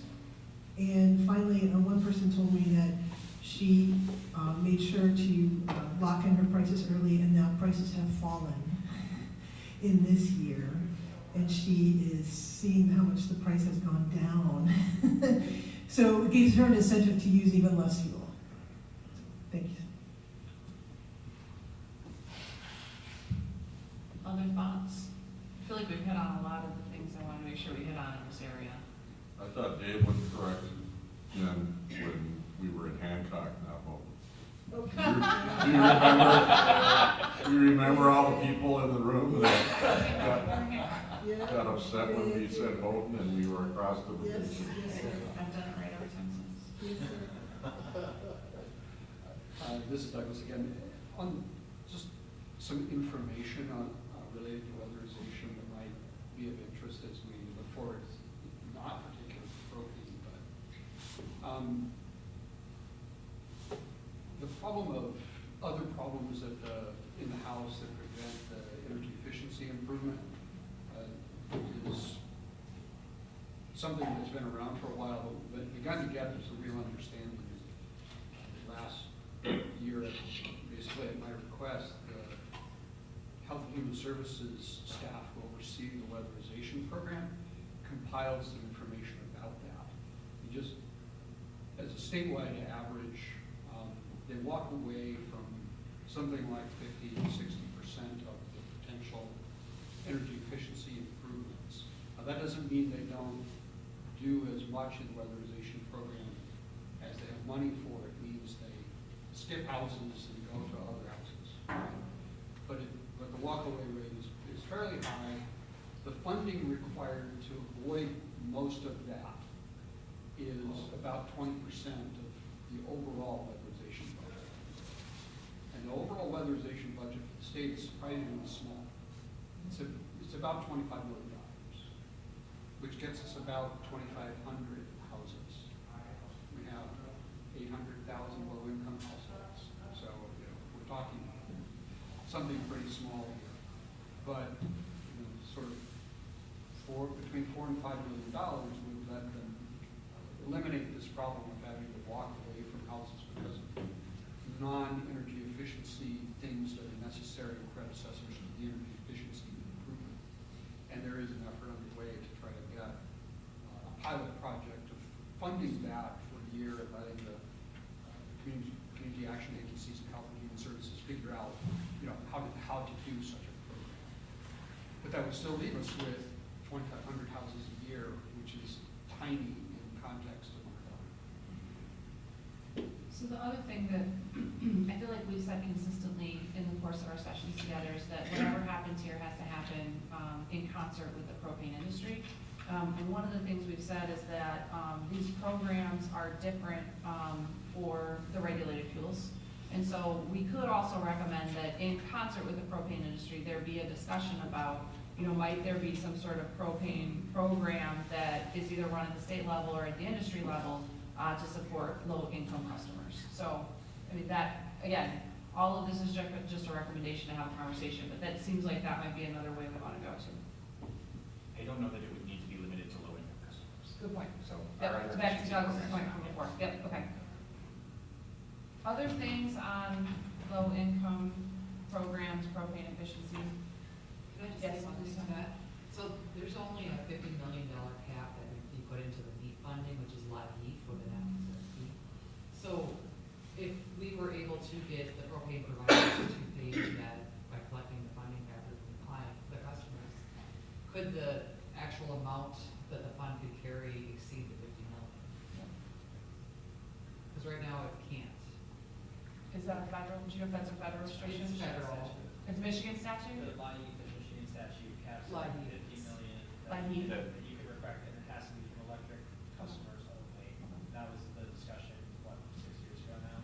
But the federal block grant funding, which is census-derived, prorated based on population.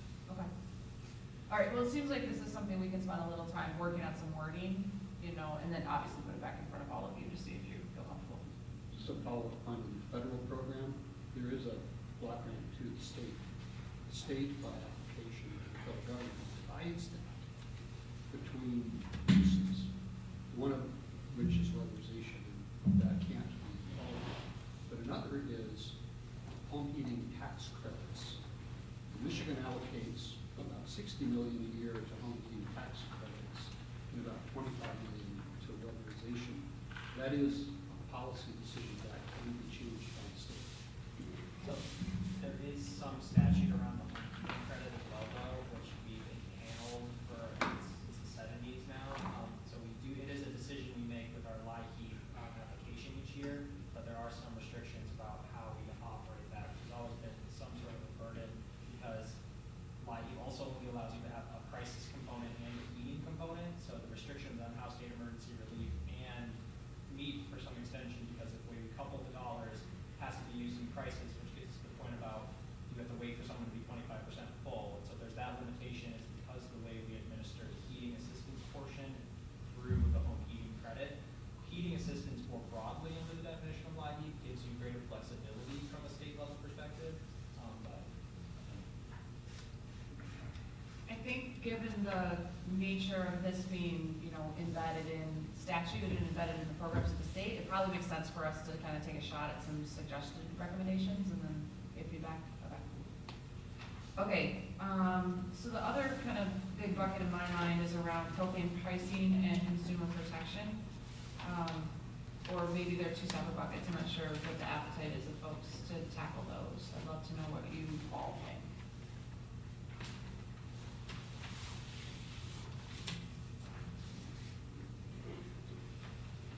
No, I'll venture to start. I think talking about them separately is useful because it seems like we have something to say about how we can drive competition for, essentially for rapid relief. Okay. And thereby being on pricing. On the other side, kind of back to Roman's commentary, that this is actually something I wanted to ask Eric. The price convergence in the North American hubs, but reflecting that those are also converging to the world price. Is that something you think is kind of the reality going forward, that the propane pricing in Michigan is going to reflect the world price as opposed to the suppressed price because it couldn't escape the Canadian Northern Plains pipeline system? So I will couch this in, I am not a petroleum market expert. The knowledge I've gained about this illustrates that there is a continued and dedicated level of investment happening to have Canadian hydrocarbons access global markets, and there are several Pacific terminals that will connect more of the Western Canada production to global markets, which will continue to drive sort of this global price convergence and a truly competitive market that is less, that is probably less limiting than what we've seen historically. So we have a long-term pricing risk as distinct from the short-term disruption pricing risk that we mostly focus on. And that we need to reflect.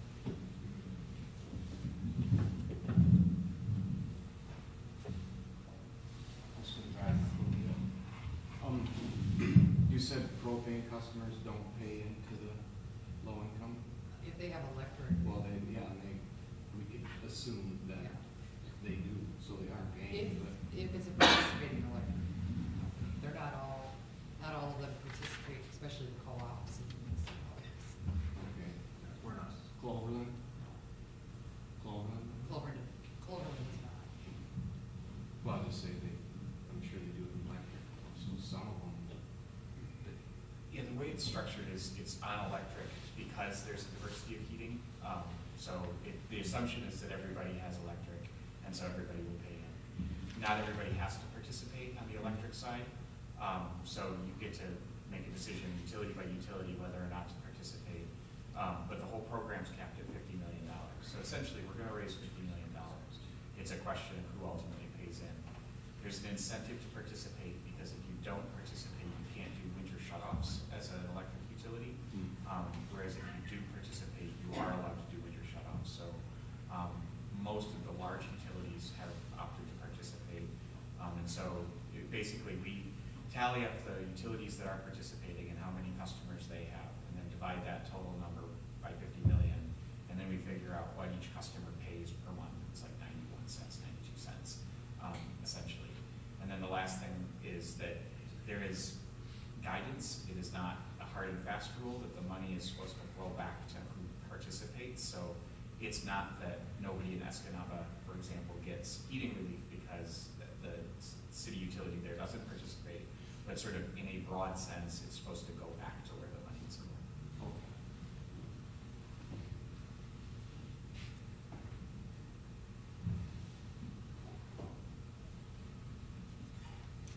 So if we stick, okay. Well, actually, it's a consumer protection. Sure, that's fine, that's fine. I think we're in the, either in pricing or protection, so. And I think it's similar that since this is statutory, aside from, saying broadly that I think we would like there to be strengthening as is described here, I think I would like to see, from whichever department or the AG's office or wherever that needs to come from, I think this is one of the most, and when I'm explaining to people what we do, when I talk about this is when people really get this, right? This part is easily understood and would be a benefit to the entire state. It has a lot of, so I just wanted to endorse it, just put that out there. But it definitely needs to be, of course, hung on the legal framework that's there and make those adjustments as needed, whether that's legislation or policy, but I think it's probably going to end up being legislation. Yeah, I mean, that's what we heard. So we saw, some language that the AG's office has been thinking about. We also heard about a Wisconsin statute that I think was probably a little more reflective of the way I've been hearing people talk about it in our conversations. And obviously it has to be adopted by the legislature, right? And so I would guess it's some sort of high-level recommendation from us, like, the legislature should consider, looking at statute like this. I wouldn't want to spend a ton of time crafting a statute structure because we all know that, yeah, okay, just making sure we're on the same page here. Okay. So from a pricing perspective, I feel like this gets back to the competition question we've had a lot too, right? Which is that, we're really limited on wholesale competition and we don't have a lot of insight into the market because it's in the area of pricing deregulated. I don't know if there's appetite or something. Douglas has the microphone. Let me just put a question out there that you should think about. We regulate electricity and natural gas.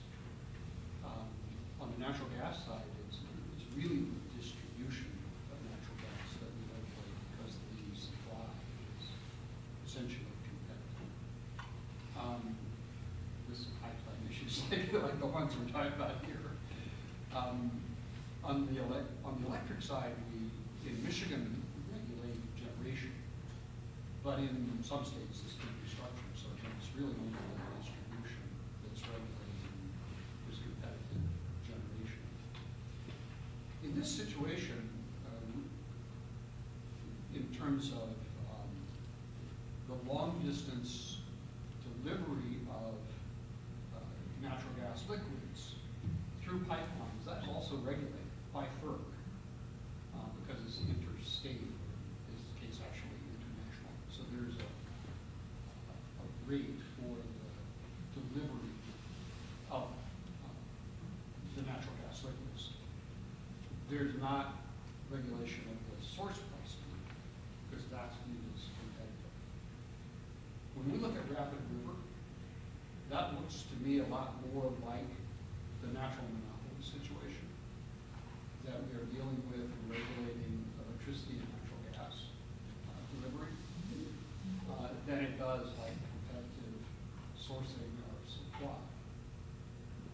So one option that we can consider is basically recommending that the state's regulatory scheme for natural monopolies could extend to this type of facility.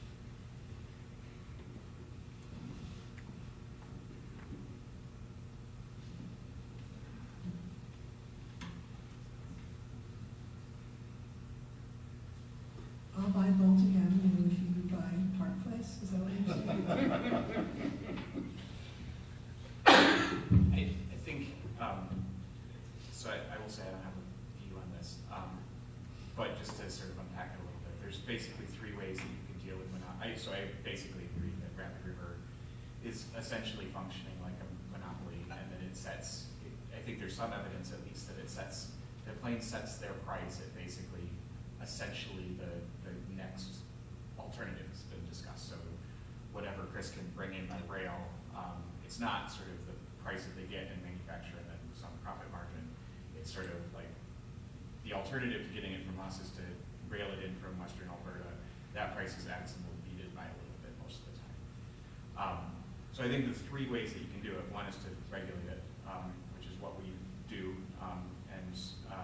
The second is to add more competition so that there's sort of more pressures. I think one of the challenges is, as important as the UP is to all of us, it's still a relatively small market in the scheme of things. And so getting additional competitive suppliers into a market of this size is a challenge. And then the third is to basically beef up the consumer protection pieces and to say, when we think that you are using your position as sort of a monopoly in this situation, we want to find ways to, and I'm not sure which of those is the best. It's probably some sort of combination, but there's the regulatory path is not the only path to put a check on the monopoly tendencies.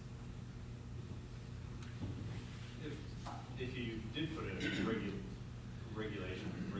check on it, would that also open up to an easier path to put, some sort of EO program together if it was regulated at that point?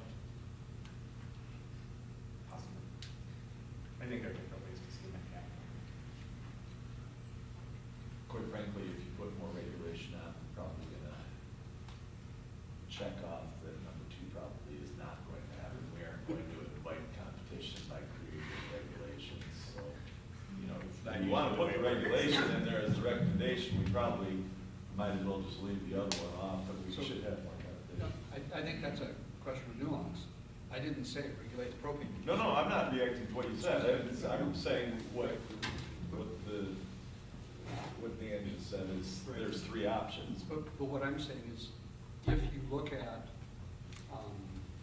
the offtake from the pipeline as essentially a part of a natural monopoly and regulate the pricing there, you can still leave everybody else free in the market, right? So I'm really saying something very narrow here. I'm not saying regulate the propane industry. I'm saying regulate Rapid River.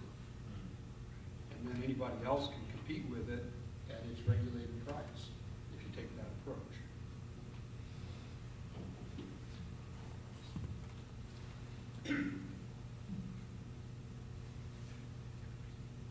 Can we bring the level of transparency around rate cases to a global, to an international company? Plain as this, can we? Well, and let's be clear, this is a recommendation to the legislature too, right? We can't do anything. Just to be, I know you all understand that, but just reiterating.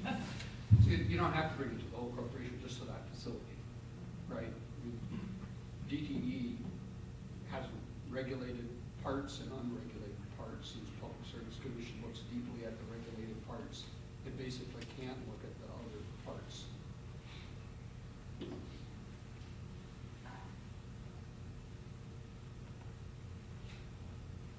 All right, folks are deep in thought on that one. Other thoughts around how to give visibility into propane pricing? This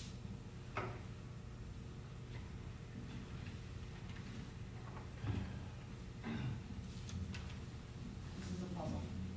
Well, All if we right. publish the hub pricing, we got web-based for propane pricing already, isn't there?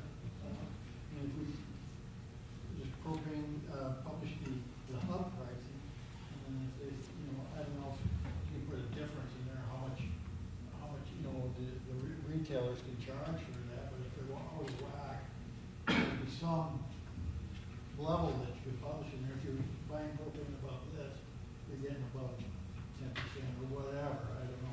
Maybe that really ties into the, one of the other, if you flip ahead a little bit, it's around how do we do more visibility to market conditions, and so how do we think about indicators, and how does the state act as a resource on behalf of propane purchasers, right? So we do, we've got the Public Service Commission that does their weekly propane price surveys, and we've got EIA data. But we could think about, are there additional steps to be taken in the event of disruption or, price impacting events? Yeah, web pages may not work, not everybody has a computer, you know. Well, I mean, there's a role for the state, right, on behalf of the customers, and it's just a matter of figuring out what's the right, is there a difference in that role? Do we wanna see a difference in that role?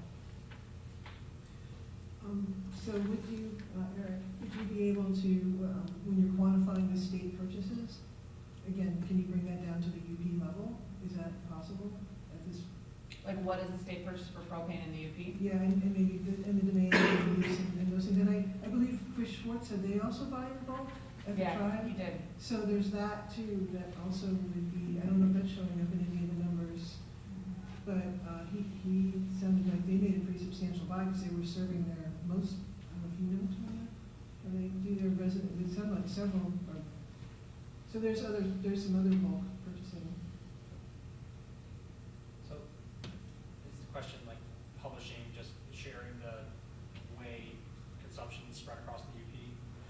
Well, it's that bulk purchasing. I also, Yeah, I think there's Jen's going a co-ops. different way, right? Yeah, I am. I did veer off, but it was that the bulk purchasing is a hedge that's offering an opportunity for customers, and it's already being implemented at large institutions with public money, and then the tribes are doing it.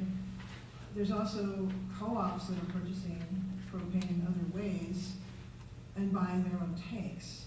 There's a tank across the street from Rapid River that's owned by a co-op, apparently. Someone was telling me about this. So, I think we can explore that bulk purchasing angle from a state perspective for sure. I mean, I think and I've then heard it's a lot getting the about- baseline. What is the baseline, and what percentage Yeah. of use in the UP is actually done by the state? Yep. Yeah, so if I'm remembering right, James, please jump in and correct me. We have, the way that the state buys its propane is basically one contract that we bid out. So we have one supplier, it's currently Farrell, is that right? And you know, it's a fair quantity for all the sort of state parks, buildings that are on propane, et cetera. And as a result, we're able to get a pretty competitive price. That's certainly not the only way to do it.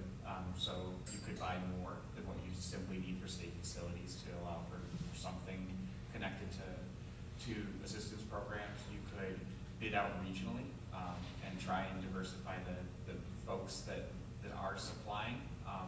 That might also, or you could say, you know, we're willing to pay maybe a little bit more as long as we've got like other conditions, storage, et cetera. I mean, there are other ways that you could structure that contract, but as it's currently structured, it's essentially you have to be able to supply all the facilities that we want you to supply, which dramatically limits the companies that can participate.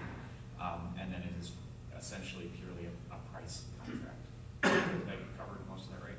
I think we probably could, under that, figure out how much of that contract, like of the total amount that we buy, how much is actually used in the UP.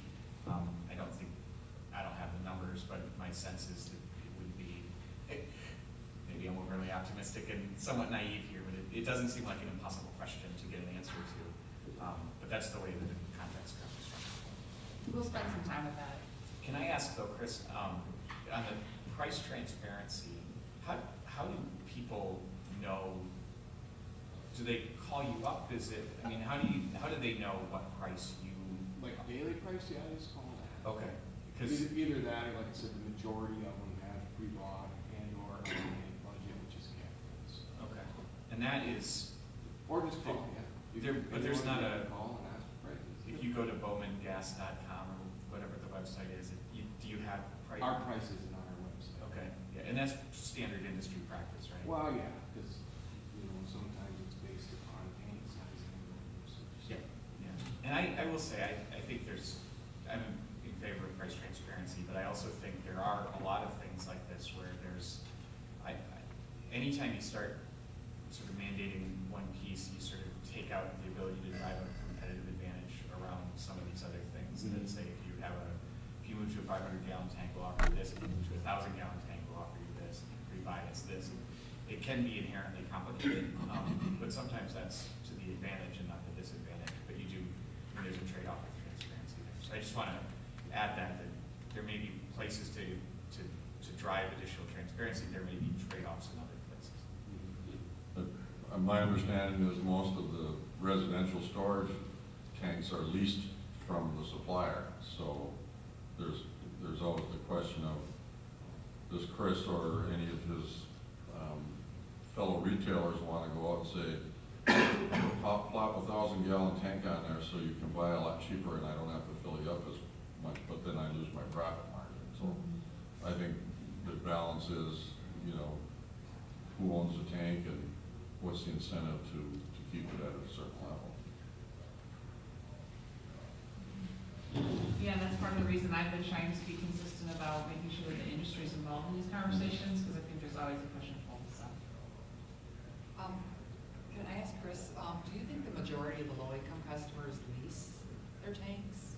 Oh, yeah, definitely. So then there is no competition, you know, they have to go through the provider that they've chosen. Yeah, because you won't fill a Naser tank. No, Yeah. no. Oh, you can't? No.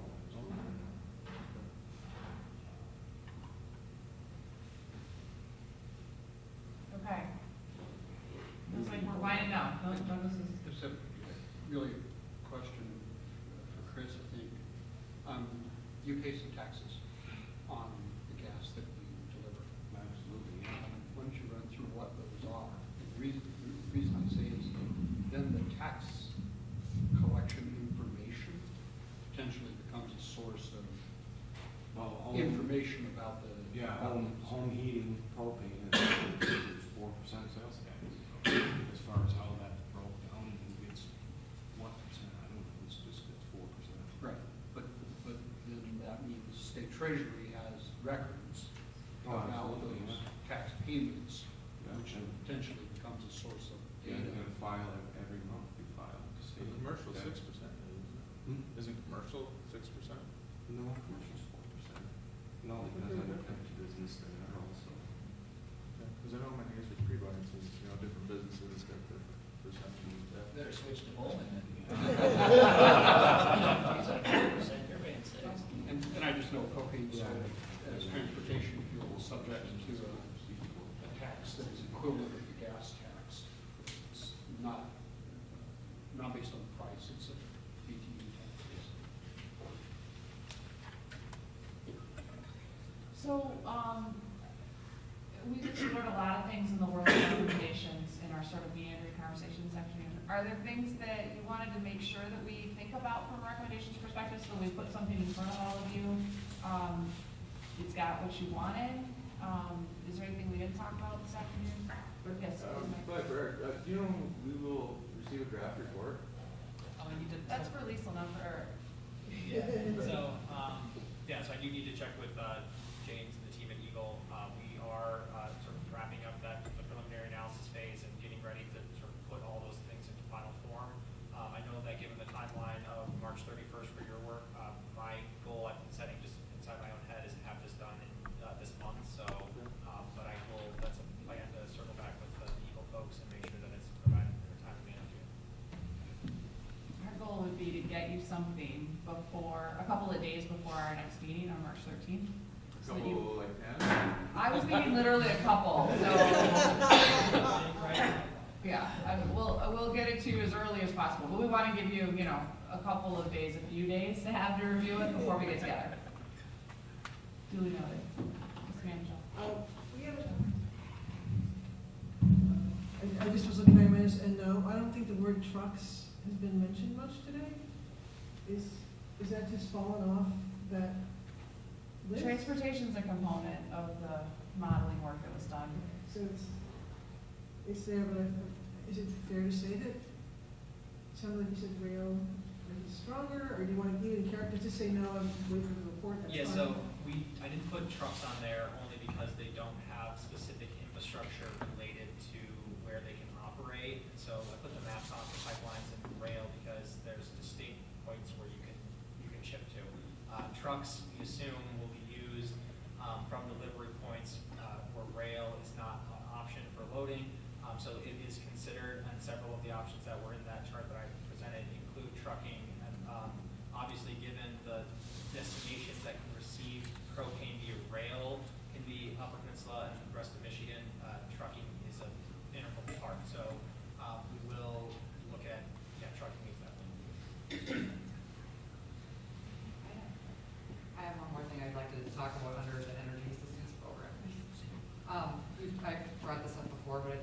important to recommend that the definition of crisis is looked at for live heat, because we're not gonna be able to get everybody the fuel in the summer if they don't change that definition. Okay. Yep, I appreciate bringing that up again, Tanya. I feel like we talked about it a couple times, but it's good to reemphasize and make sure. Questions, comments? We talked about the propane industry not being regulated, but if there was price gouging going on, and I'm going back to Douglas's point about regulation on one specific entity, that being Rapid River, but if there was price gouging, and I'm not suggesting you want to regulate Rapid River, but you mentioned Rapid River specifically. If there was price gouging going on, the consumers are protected from that, are they not? No, so the way the price gouging statute currently works is that it looks at retail price and whether it's, I can't remember the definition, but it's like clearly or blatantly beyond sort of the other, but it's only at the retail level. So the way this is played out, we've had some lawsuits against Barrel and AmeriGas, the public lawsuits, I can say that. And it's the Attorney General, not us. But where they have successfully litigated price gouging at the retail level against retail suppliers because they were sort of charging without any justification, tons more than what Chris was charging, for example. When Chris and AmeriGas are both charging the same price because Rapid River is elevated, we don't currently have a mechanism to reach beyond the retail suppliers to get to the wholesalers. So if the price gouging is taking place at the wholesale level, we don't have tools in the toolbox right now to address it. Only if one retailer is significantly higher than another without justification. But we have the ability to at least see that or monitor that because of the pricing that would be going on in other states, and right now we're comparable, if not lower than some other states that are. So for instance, if we were paying a lot more in the Upper Peninsula of Michigan for propane than maybe northern Wisconsin or northern Minnesota, we obviously would see that from the not the retailer, but above the retailer, the wholesaler. So, and for instance, we would know if that was going on. It's not like they could hide it on us. I mean, because we'd have price comparisons from around the central Midwest. So, although there sounds like there is no regulation with regard to how do we punish, if that's a probably not new terminology, because how do we punish it? How do we correct it? Thank you, that's what I heard. So, we have no ability to do that. It sounds like. I think that's right. Yeah, I think that's right. Correcting the behavior of the shining. No. In the contracting industry, we call it correcting through disincentive. I like that, disincentive. Other things people want to make sure on the table before we work with this to give you a draft. So you're going to get two drafts. You're going to get a draft of potential recommendations that we'll need your feedback on, and then a draft report that public sector is working on to kind of be the data book of everything that we heard. Is there anything that we missed today that you want to make sure is on the list? Okay. If you think of things in the middle of the night, send to the email box. Don't call me. Just kidding. I'll probably be awake. So with that, just a couple of cleanup things. The first is if anyone wants to give public comment, please grab paper or let us know in some way. Happy to receive that. Also happy to receive public comment through our email box, and we make sure it gets distributed to everyone. We did not approve the minutes because I wanted to give you guys a little bit more time. I know that I saw you all studiously reading them over the lunch break. I did want to point out that there's a typo in December 10th. December 10th? There's a typo somewhere on Janesville, Wisconsin, so we're going to fix that. Okay, thanks. I did this in the right spot. So first, let's take December 10th from a time order. Is anybody willing to move the minutes? So moved. Moved, seconded? Okay, any discussion? Anybody see anything they want to correct? Just Janesville. Okay, all in favor? Aye. Any opposed? Okay, so that's December 10th, and then for January 7th, anyone willing to move? Support? Okay. Any discussion on, the January 7th minutes? Okay, all in favor? Aye. All opposed? Great, all right, so that's all our minutes. And then just before we go, I have to say a huge thank you to Kimber and Cliff and Brandy and James, who just, you don't see them in the day-to-day all the time, but they just do a tremendous job making sure that everything's running on time, and that, you know, we've got the pieces that we need to be successful. I'm gonna dock Kimber's pay for lack of heating, just kidding.